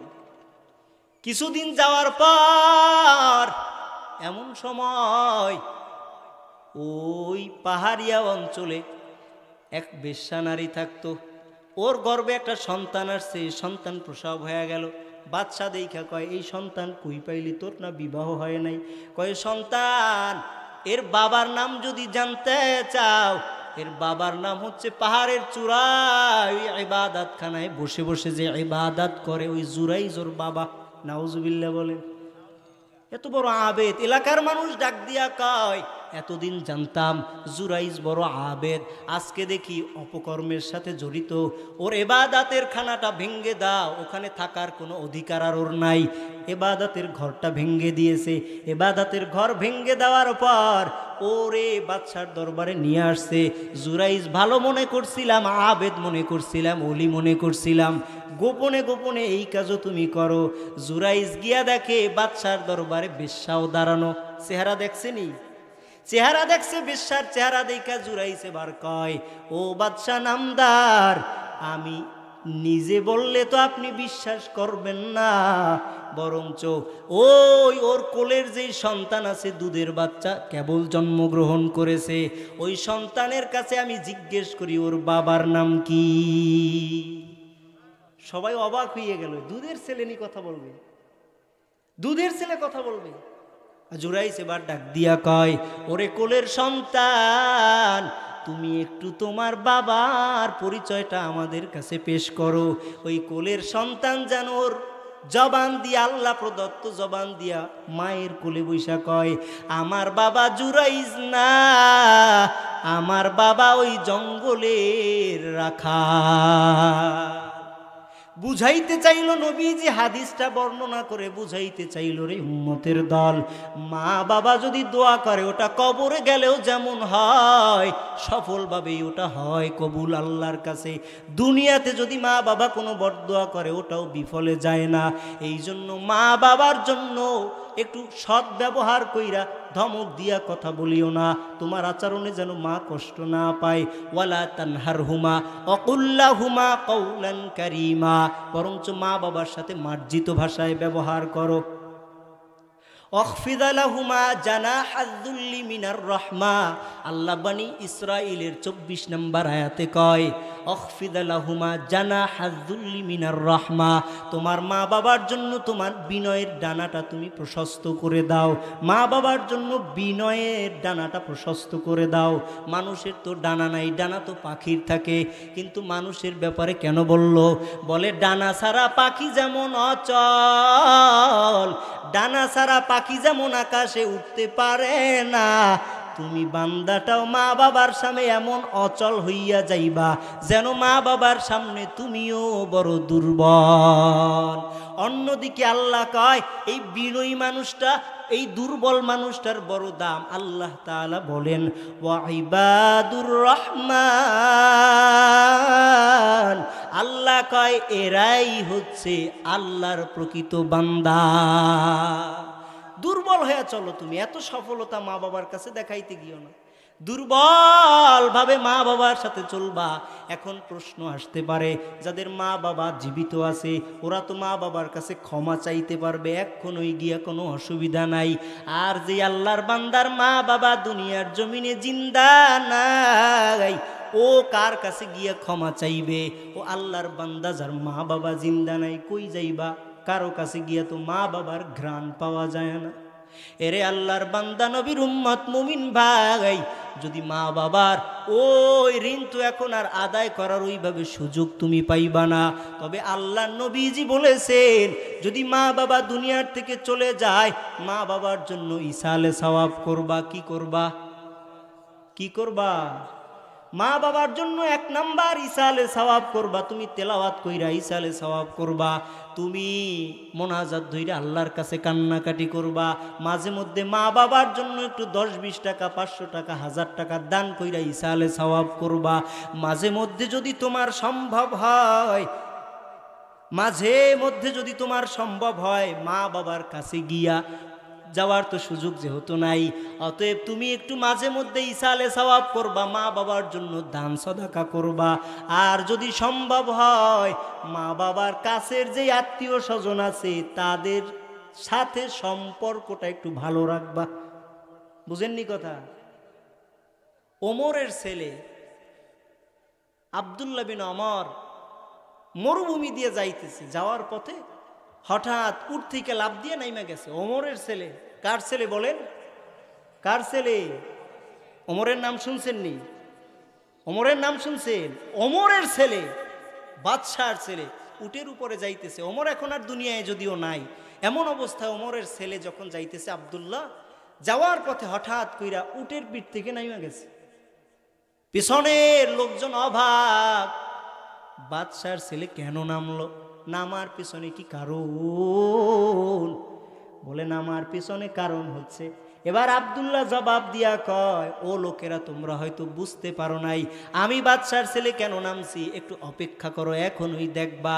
দেখে ওই জায়গার একজন কামলা মানুষ রে উটের পিঠে বসাইয়া নিজের গলার রুমালটারে ওই কামলাটার গলায় দিয়া, নিজের মাথার পাগড়িটারে তার মাথার উপরে বসাইয়া দিয়া, উটের উপরে বসাইয়া ওমরের ছেলে রাস্তা দিয়া হাঁটে, আর ওই কামলা মানুষটা উটের উপরে যায়। সবাই অবাক হইয়া গেল, ওনারে নামাইয়া এরপরে জবাব দিতে আইসা কয়, ওরে ভাইয়েরা তোমরা বুঝো নাই আমি কেন তার সাথে এত সুন্দর আচরণ করেছি? কারণ আমি দেখেছি আমার বাবা যতদিন দুনিয়ার জমিনে বেঁচে ছিল, আমার বাবার সাথে এই লোকটার সম্পর্ক বড় ভালো ছিল।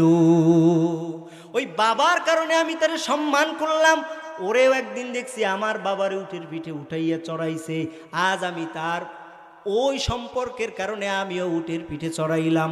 আম্মা জান আয়েশা থেকে হাদিস বর্ণিত, মায়ার নবীজির ঘরে কখনো যদি কোনো অবস্থায় আল্লাহ নবীজির ঘরে কোনো দুম্বা জবাই হইতো, কোনো গোশত আনা হইতো, আল্লাহ নবী বলতো, আয়েশা নিজে রান্না কইরা এরপরে আমার কাছে কিছু দিও, কারণ আমার খাদিজার যেই বান্ধবীরা এখনো মক্কার মদিনার জমিনে আছে, তাদের ঘরে ঘরেও আমি একটু পৌঁছাইয়া দিব।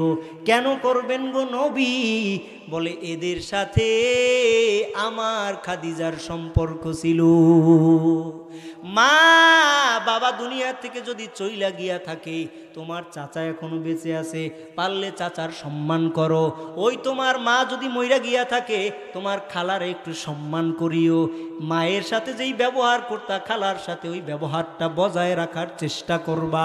তোমার রিজিক বেড়ে যাবে, হায়াত বেড়ে যাবে। হায়াত যদি বাড়াইতে চাও, আত্মীয়তার সম্পর্কটারে সুন্দরভাবে ধরো। কার সম্পর্ক? ভাইয়ের সাথে ভাইয়ের বিরোধ করিও না। তোমার হায়াত কমবে, তোমার রিজিক কইমা যাবে, বিপদ আসবে তোমার উপরে। আমার কথা না, আল্লাহ নবীজি বলেছেন, যদি কোনো বান্দা আফসুস সালাম আতঈমুত তাআম ওয়াসিলুল আরহাম, আল্লাহ নবী কয় ওয়াসাল্লু বিল্লাইলি ওয়ান নাস নিআম তাদখুলুনাল জান্নাতা বিসালাম। নবীজি বলেন, 4টা আমল যদি ঠিকভাবে ধরো, তুমি বান্দাটা আমার উম্মতটা হাসতে হাসতে আল্লাহর জান্নাতে চলে যাইবা। কয় আমল? জোরে বলেন, কয় আমল? ওয়াজ শুনতে শুনতে ঘুমায় গেলেন নাকি? আমি এখনই শেষ করে দেব ইনশা আল্লাহ। নবী বললেন 4টা আমল। 1 নম্বরে আফসুস সালাম, মানুষের সাথে যখনই দেখা হবে তখনই একটা সালাম দিয়া দিবা। কি আমল? কি দেননি সালাম? আমাদের তো রোগ হয়ে গেছে, পরিচিত মানুষের সালাম দিতে চাই না। একটু মেম্বার চেয়ারম্যানরে দেখলে সালাম দেই, যেন তেরানের নামটা অল্পতে আমার লিস্টিতে আহে। ঠিক নিও? আপনার কাছে যদি চেয়ারম্যানেও যেই সম্মানে সালাম পাবে, কৃষক মজুর মানুষটাও ওই সম্মানেই মুসলমান ভাই হিসাবে সালাম। ঠিক আছে নি কথা? সবাইরে সালাম দিবেন। সালামটা একটা দোয়া। সালামটা কি? আরো জোরে বলেন। দোয়া। ঘরে গিয়া বউরে সালাম দেয় না। কয়জন মুসলমান আছেন 40 বছর বিয়ার বয়স, 40 দিন সালাম দিছেন আপনি? মোবাইল ধরে হ্যালো কি কবা কও। বাড়িতে গিয়াই ওই দরওয়াজা খোলো, মাহফিল থেকে আসছি, মেজাজ খারাপ, এত রাত ঘুম হয় না এখনো। কি সালাম কই আপনার? সালামটা হলো দোয়া। সালামটা কি? আসসালামু আলাইকুম ওয়া রাহমাতুল্লাহ, আপনার উপর আল্লাহর রহমত বর্ষিত হোক। এটা আপনি চান না মনে হয়? এখন এটা আপনি মেম্বারের উপর দিলেন, আসসালামু আলাইকুম ওয়া রাহমাতুল্লাহ, কেমন আছেন? আপনার বউয়ের উপরে এই রহমতটা বর্ষণ করার দরকার ছিল না? নাই? না, আপনার বউয়ের সালাম কি অন্য মানুষ দিবে, অন্য বেটা দিবে নাকি? আপনি দিবেন। দিলেন না কেন? আপনি বুঝেন না তাই দেন না। ওই সালাম তো একটা দোয়া। সালাম কি? দোয়া এত গুরুত্বপূর্ণ, এতক্ষণ শুনছেন না? দোয়া করলে পরে মানুষের সব পরিবর্তন হয়। মারুফ কারখি রাহিমাহুল্লাহ, আবার আলোচনা বাড়তেছে, যদিও আমার নির্ধারিত সময় আমি শেষ করব ইনশা। আর 10 মিনিট আছে। কত মিনিট আছেন তো আমার সাথে ইনশাআল্লাহ? মারুফ কারখি রাহিমাহুল্লাহ রাস্তা দিয়া যায়, হঠাৎ দেখে রাস্তার কিনারা এক আল্লাহর বান্দা মানুষরে বিনা পয়সায় পানি দেয় আর কয় যে আমার থেকে পানি খাবে আল্লাহ তার উপর রহম করবে। কি কয়?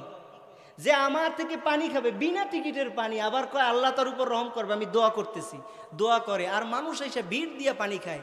মারুফ কারখি রাস্তা দিয়া যায়, জগৎ বিখ্যাত বুজুর্গ রাস্তা দিয়া যায় আর কয় আমি তো নফল রোজা রেখেছি, পিছনে মুরিদানও হাঁটে, পীর মানুষ তো পিছনে মুরিদান আছে, নফল রোজা অবস্থায় রাস্তা দিয়া যায়। কিন্তু শোনে একজন বলতেছে যে আমার থেকে পানি খাবে আল্লাহ তার উপর রহম করুক, এইরকম বলে আর পানি দেয়। উনিও গিয়া সিরিয়ালে দাঁড়াইয়া কয় আমারও একটা গ্লাস পানি দাও। 1 গ্লাস পানি দিছে। মুরিদরা পিছন দিয়া কয় হুজুর আপনি পানি খাইয়েন না, আপনি তো নফল রোজা রেখেছেন। রাখ তোর নফল রোজা, এটা ভাঙলে আবার রাখা যাবে, এতে গুনাহ হবে না, কালকে আবার রাখবো। আজকে যেই দোয়া করছে এই দোয়া ফেরত দেওয়া সম্ভব না। কি কয়? আজকে যেই দোয়া করছে বাট এটা রেখে যাইতাম, এটা তো কালকে পাইতাম না। নফল রোজা ভাইঙ্গা পানি রাস্তার কিনারায় বৈশা পানিটা পান করার পর কেন আপনি পানি পান করলেন? কয় আল্লাহর বান্দা যেই দোয়া দিছে আমি মারুফ কারখির দোয়ার বড় প্রয়োজন। কিসের প্রয়োজন? দোয়ার প্রয়োজন। সালামটা একটা দোয়া। আপনি ঘরের ভিতরে গিয়া সর্বপ্রথম আজকেই ওঠার আগে একটা সালাম দিবেন ইনশা। বলেন না আবারও ইনশা। সালাম দিবেন, ঘরে গিয়েই সালাম দিবেন, কারণ আপনার ঘরের আপনার বউয়ের তো আগে রহমত দরকার। আপনি সেই রহমত কেন দূরে দূরে দেন? আগে ঘরে দেন, এরপরে যেথায় দেন দেন। মনে থাকবে তো ইনশাআল্লাহ?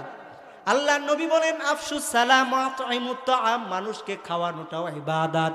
মানুষকে খাওয়ানোটাও কি? মানুষকে খাওয়ানো কি? নিজে খাইবেন তা না, মাঝে মধ্যে মানুষকেও দিবেন, এটাও ইবাদত। ওয়াসিলুল আরহাম, আত্মীয়তার সম্পর্কটাকে রক্ষা করাটাও ইবাদত। আত্মীয়ের সম্পর্ক রক্ষা করা কি? এটাও একটা বড় ইবাদত। 4টা আমলের কথা। আসল্লু বিল লাইলি ওয়ান নাস নিয়াম তাদখুলুনাল জান্নাতা বিসালাম। আল্লাহ নবী বলে 1 নাম্বার মানুষকে সালাম দাও, 2 নাম্বারে তুমি আফসুস সালাম ওয়া আতঈমুত তাআম, মানুষকে খাওয়াও। এরপরে আত্মীয়তার যে সম্পর্ক আছে, রক্তের সম্পর্ক, এটা যেন তোমার ব্যবহারের চিহ্ন না হয়। আল্লাহ নবীর কাছে সাহাবী এসে বলে ইয়া রাসূলুল্লাহ আমি তো চাই আমার আত্মীয়টার সম্পর্ক যেন ছিন্ন না হয়, চেষ্টা করি, কিন্তু ওরা সম্পর্ক রক্ষা করতে চায় না। আছে না অনেক এরকম? আমি এত নরম হই, এরপর তারা আমার কাছে আসতেই চায় না। হুজুর আমি চাই সম্পর্ক রক্ষা করতে, কিন্তু ওরা তো চায় না। আল্লাহর নবী বলেন তুমি তোমার জায়গায় চেষ্টা চালাও, যদি ওরা আসলেও ভালো, না আসলেও ভালো।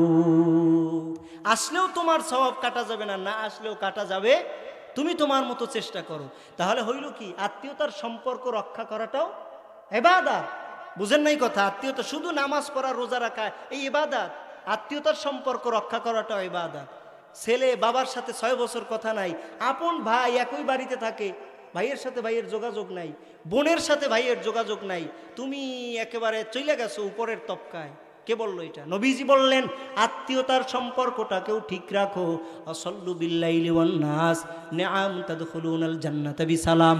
আর যদি সম্ভব হয় একটু রাত্রের শেষ অংশে উঠা আল্লাহর কদমে সেজদা দিও।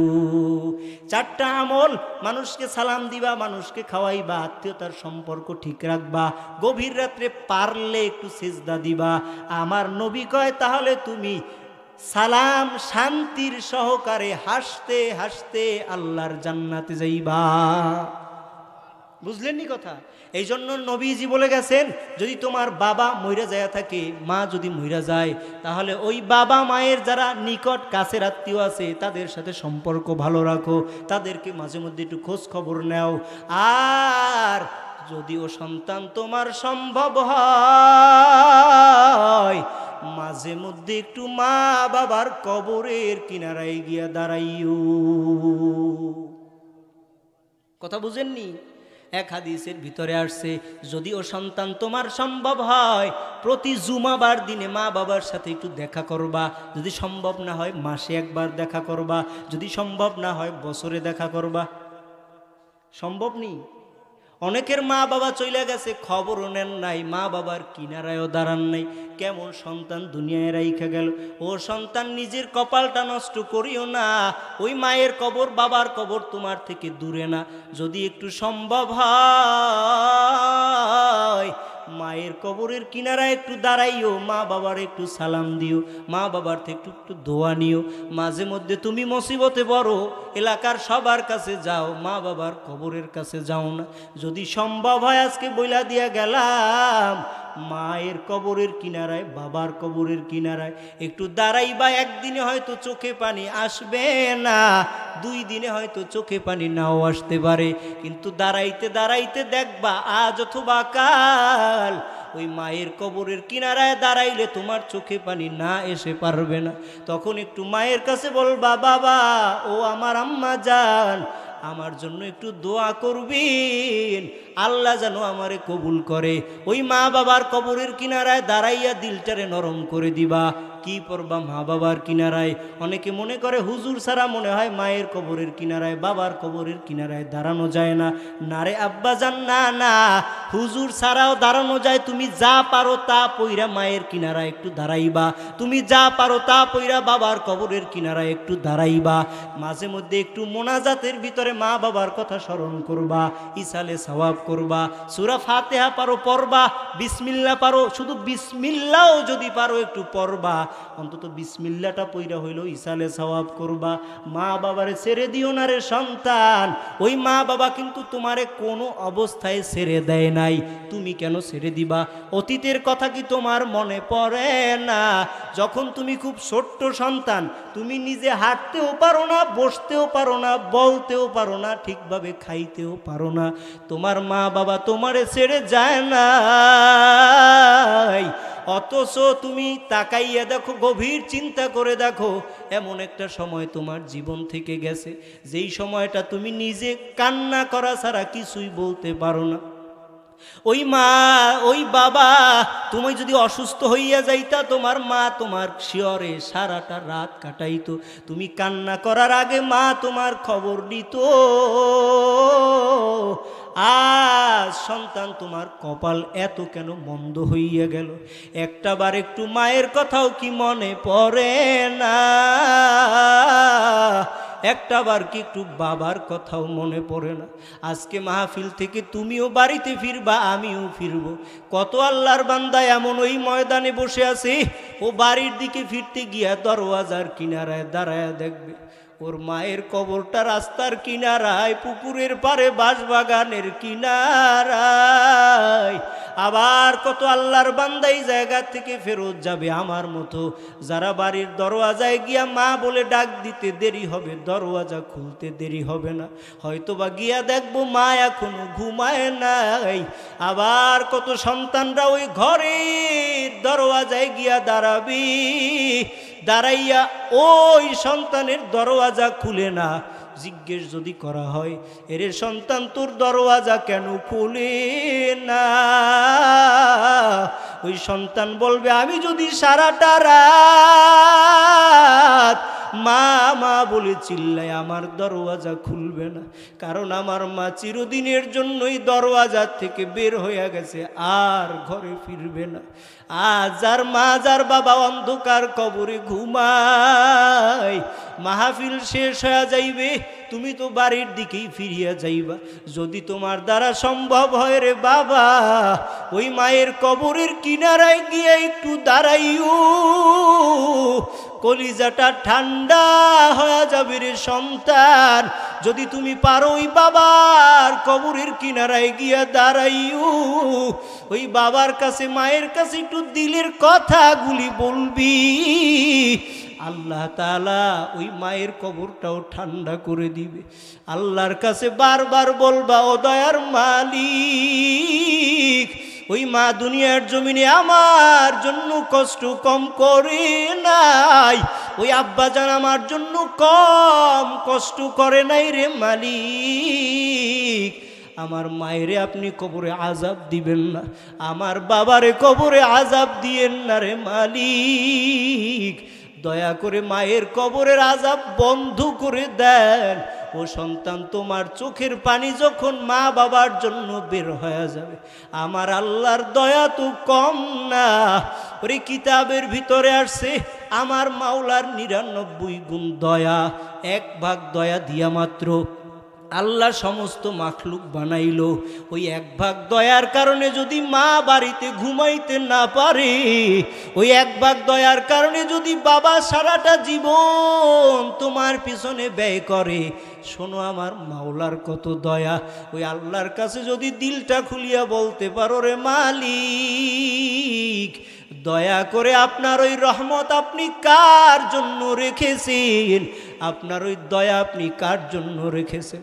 ও আল্লাহ, যদি আমার মা বাবারই ক্ষমা না করবেন, দয়া করে আমার মা বাবার জীবনের গুনাহ আপনি মাফ করে দেন। একদিন বলো, আল্লাহ যদি কবুল না করে দিন দিন বলো, একদিন না একদিন যখন চোখে পানি আসবে, আমার আল্লাহ তোমার দোয়া খালি ফেরত দিবে না, আল্লাহ তোমার মা বাবারে ক্ষমাই করে দিবে। এরে নবীর উম্মতের দল, যদি সম্ভব হয় মা বাবার জন্য মাঝে মধ্যে একটু দোয়া করবেন, আর কিছু টাকা আল্লাহর রাস্তায় সাদাকা করে দিবেন।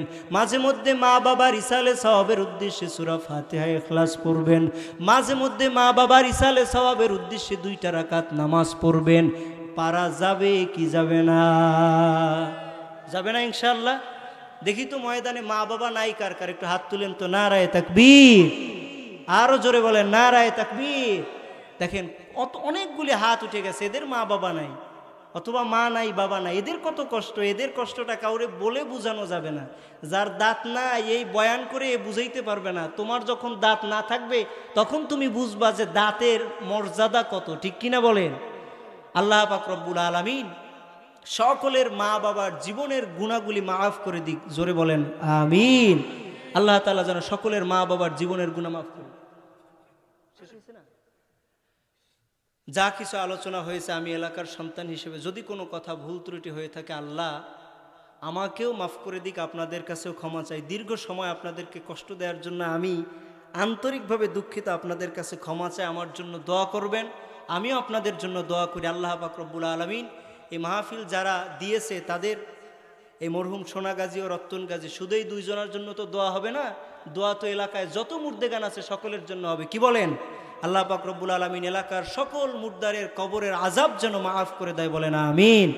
আরো জোরে বলেন আমিন। ওয়া আখির দাওয়ানা আলহামদুলিল্লাহি রাব্বিল আলামিন। আসসালামু আলাইকুম ওয়া রাহমাতুল্লাহ।